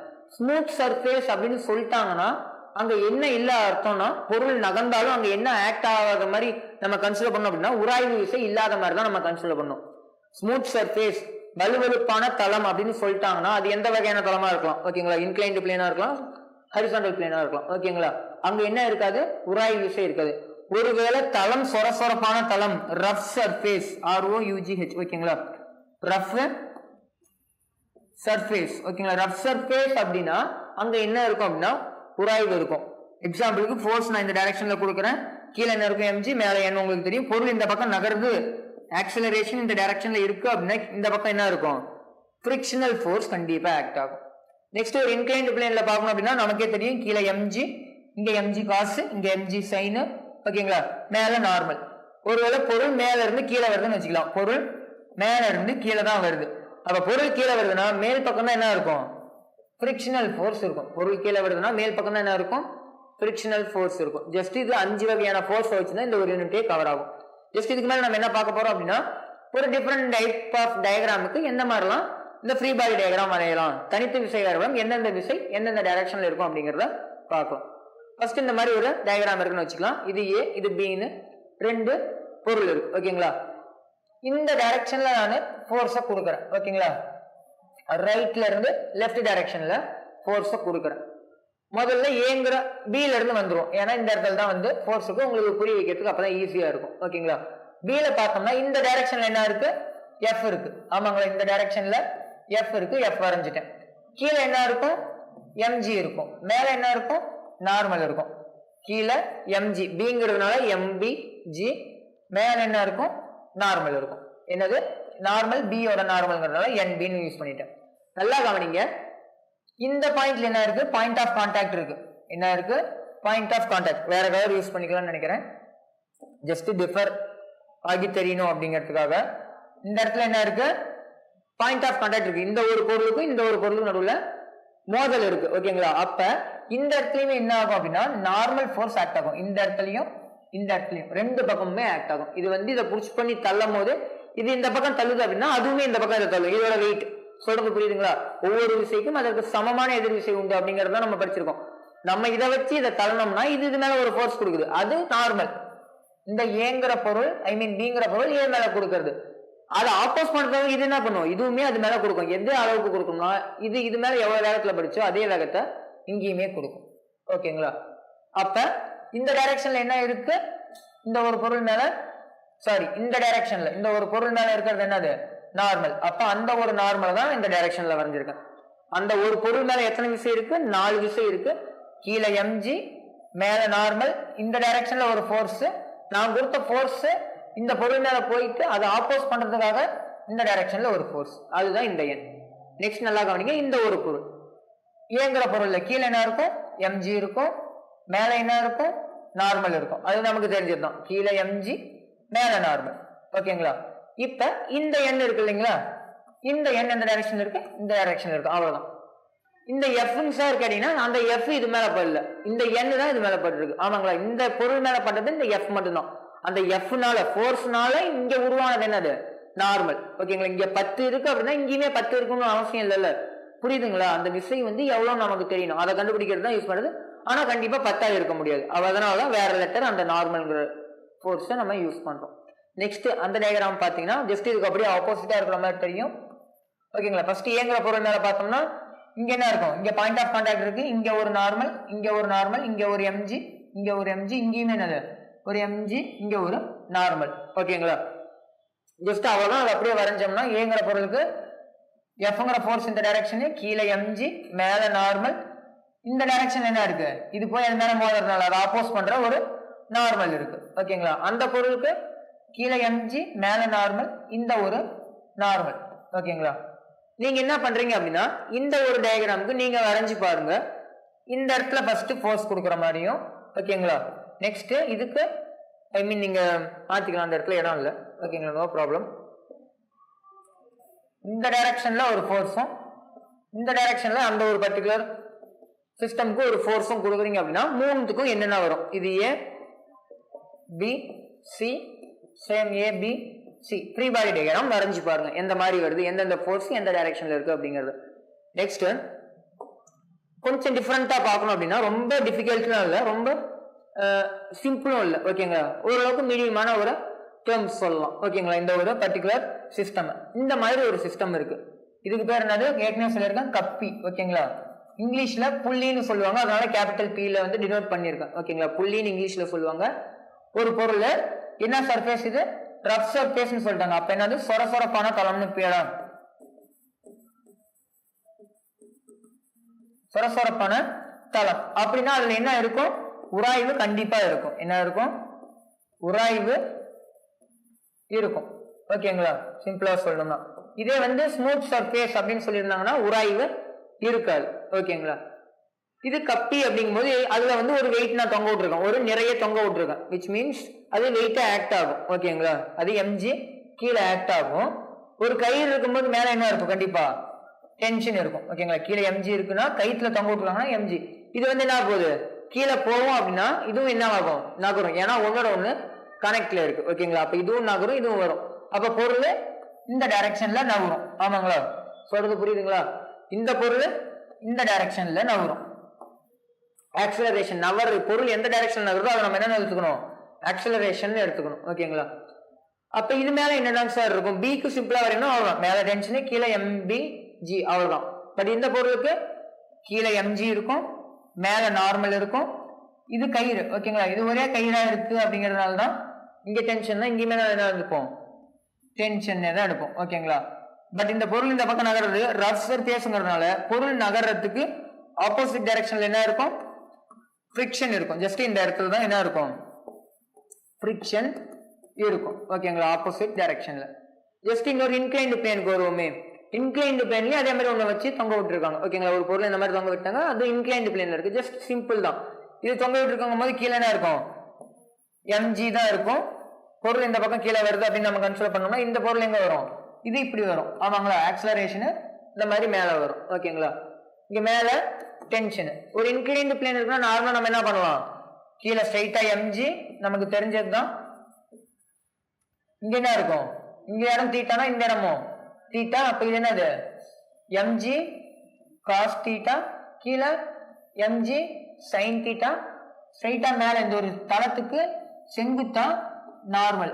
நார்மல் இது பிங்கிற பொருளால பிங்கிற பொருளோட நார்மல். ஓகேங்களா? மேல இருக்கு. இந்த கயிற்றுல என்ன இருக்கும்? டென்ஷன் இருக்கும். அதே மாதிரி ஒரே கயிறுங்கிறதுனால டென்ஷன் இருக்கும். ஓகேங்களா? பொருள் மேல நகருது. ஓகேங்களா? ஒருவேளை இந்த ஒரு தளம், ஓகேங்களா, இந்த ஒரு தளம் என்னன்னு சொல்றாங்க? ரஃப் சர்ஃபேஸ்னு சொல்லிடுறாங்க. ரஃப் சர்ஃபேஸ் என்னது? நான் ஏற்கனவே சொன்னா இந்த ஒரு சொல்லப்பதான் தளம்னு சொன்னாங்க. பொருள் எங்க நகருது? மேல நகருது அப்படின்னா ஃப்ரிக்ஷன் எங்க ஆக்ட் ஆகும்? இதே டைரக்ஷன்ல இந்த சைன் தீட்டாக்கு பக்கத்துல பிளஸ் ஃப்ரிக்ஷன் வந்துடும். என்ன வந்துடும்? சைன் தீட்டாக்கு பக்கத்துல பிளஸ் ஃப்ரிக்ஷன் ஸ்மால் எஃப் வந்துடும். ஓகேங்களா? ஜஸ்ட் இவ்வளவுதான் இந்த ஒரு கிளாஸ். சிம்பிளா ஃப்ரீ பாடி டயக்ராம் எப்படி வரைகிறது அப்படிங்கறத பேஸ் பண்ணி தான் இந்த ஒரு கிளாஸ். ஓகேங்களா? நெக்ஸ்ட் கிளாஸ்ல நம்ம எதை பத்தி பார்ப்போம் அப்படின்னா வந்து ஆப்டிக்ஸை பேஸ் பண்ணி தான் பார்க்க போறோம். ஓகேங்களா? ஒளியியலை பத்தி பார்க்கலாம். ஓகேங்களா? நெக்ஸ்ட் ஒரு கிளாஸ்ல நெக்ஸ்ட் கிளாஸ்ல வந்து அதை பார்க்குற வரைக்கும் ஜஸ்ட் நீங்க என்ன பண்றீங்கன்னா இந்த ஒரு டிஃப்ரெண்ட் டைப்ஸ் ஆஃப் டயக்ராம் நீங்களே வரைங்க. ஒரு 2 கொஸ்டின் ஹோம்ஒர்க் கொடுத்துருக்கேன். அதே மாதிரி நீங்களுமே வெவ்வேறு வகையை படம் வரைஞ்சி அதுக்கான ப்ரீ பாடி டயக்ராமா வரைஞ்சி பிராக்டிஸ் பண்ணுங்க. ரொம்ப ரொம்ப யூஸ்ஃபுல்லா இருக்கும் அந்த ஒரு யூனிட் நம்ம படிக்க ஆரம்பிக்கிறதுக்கு முன்னாடி. தேங்க்யூ.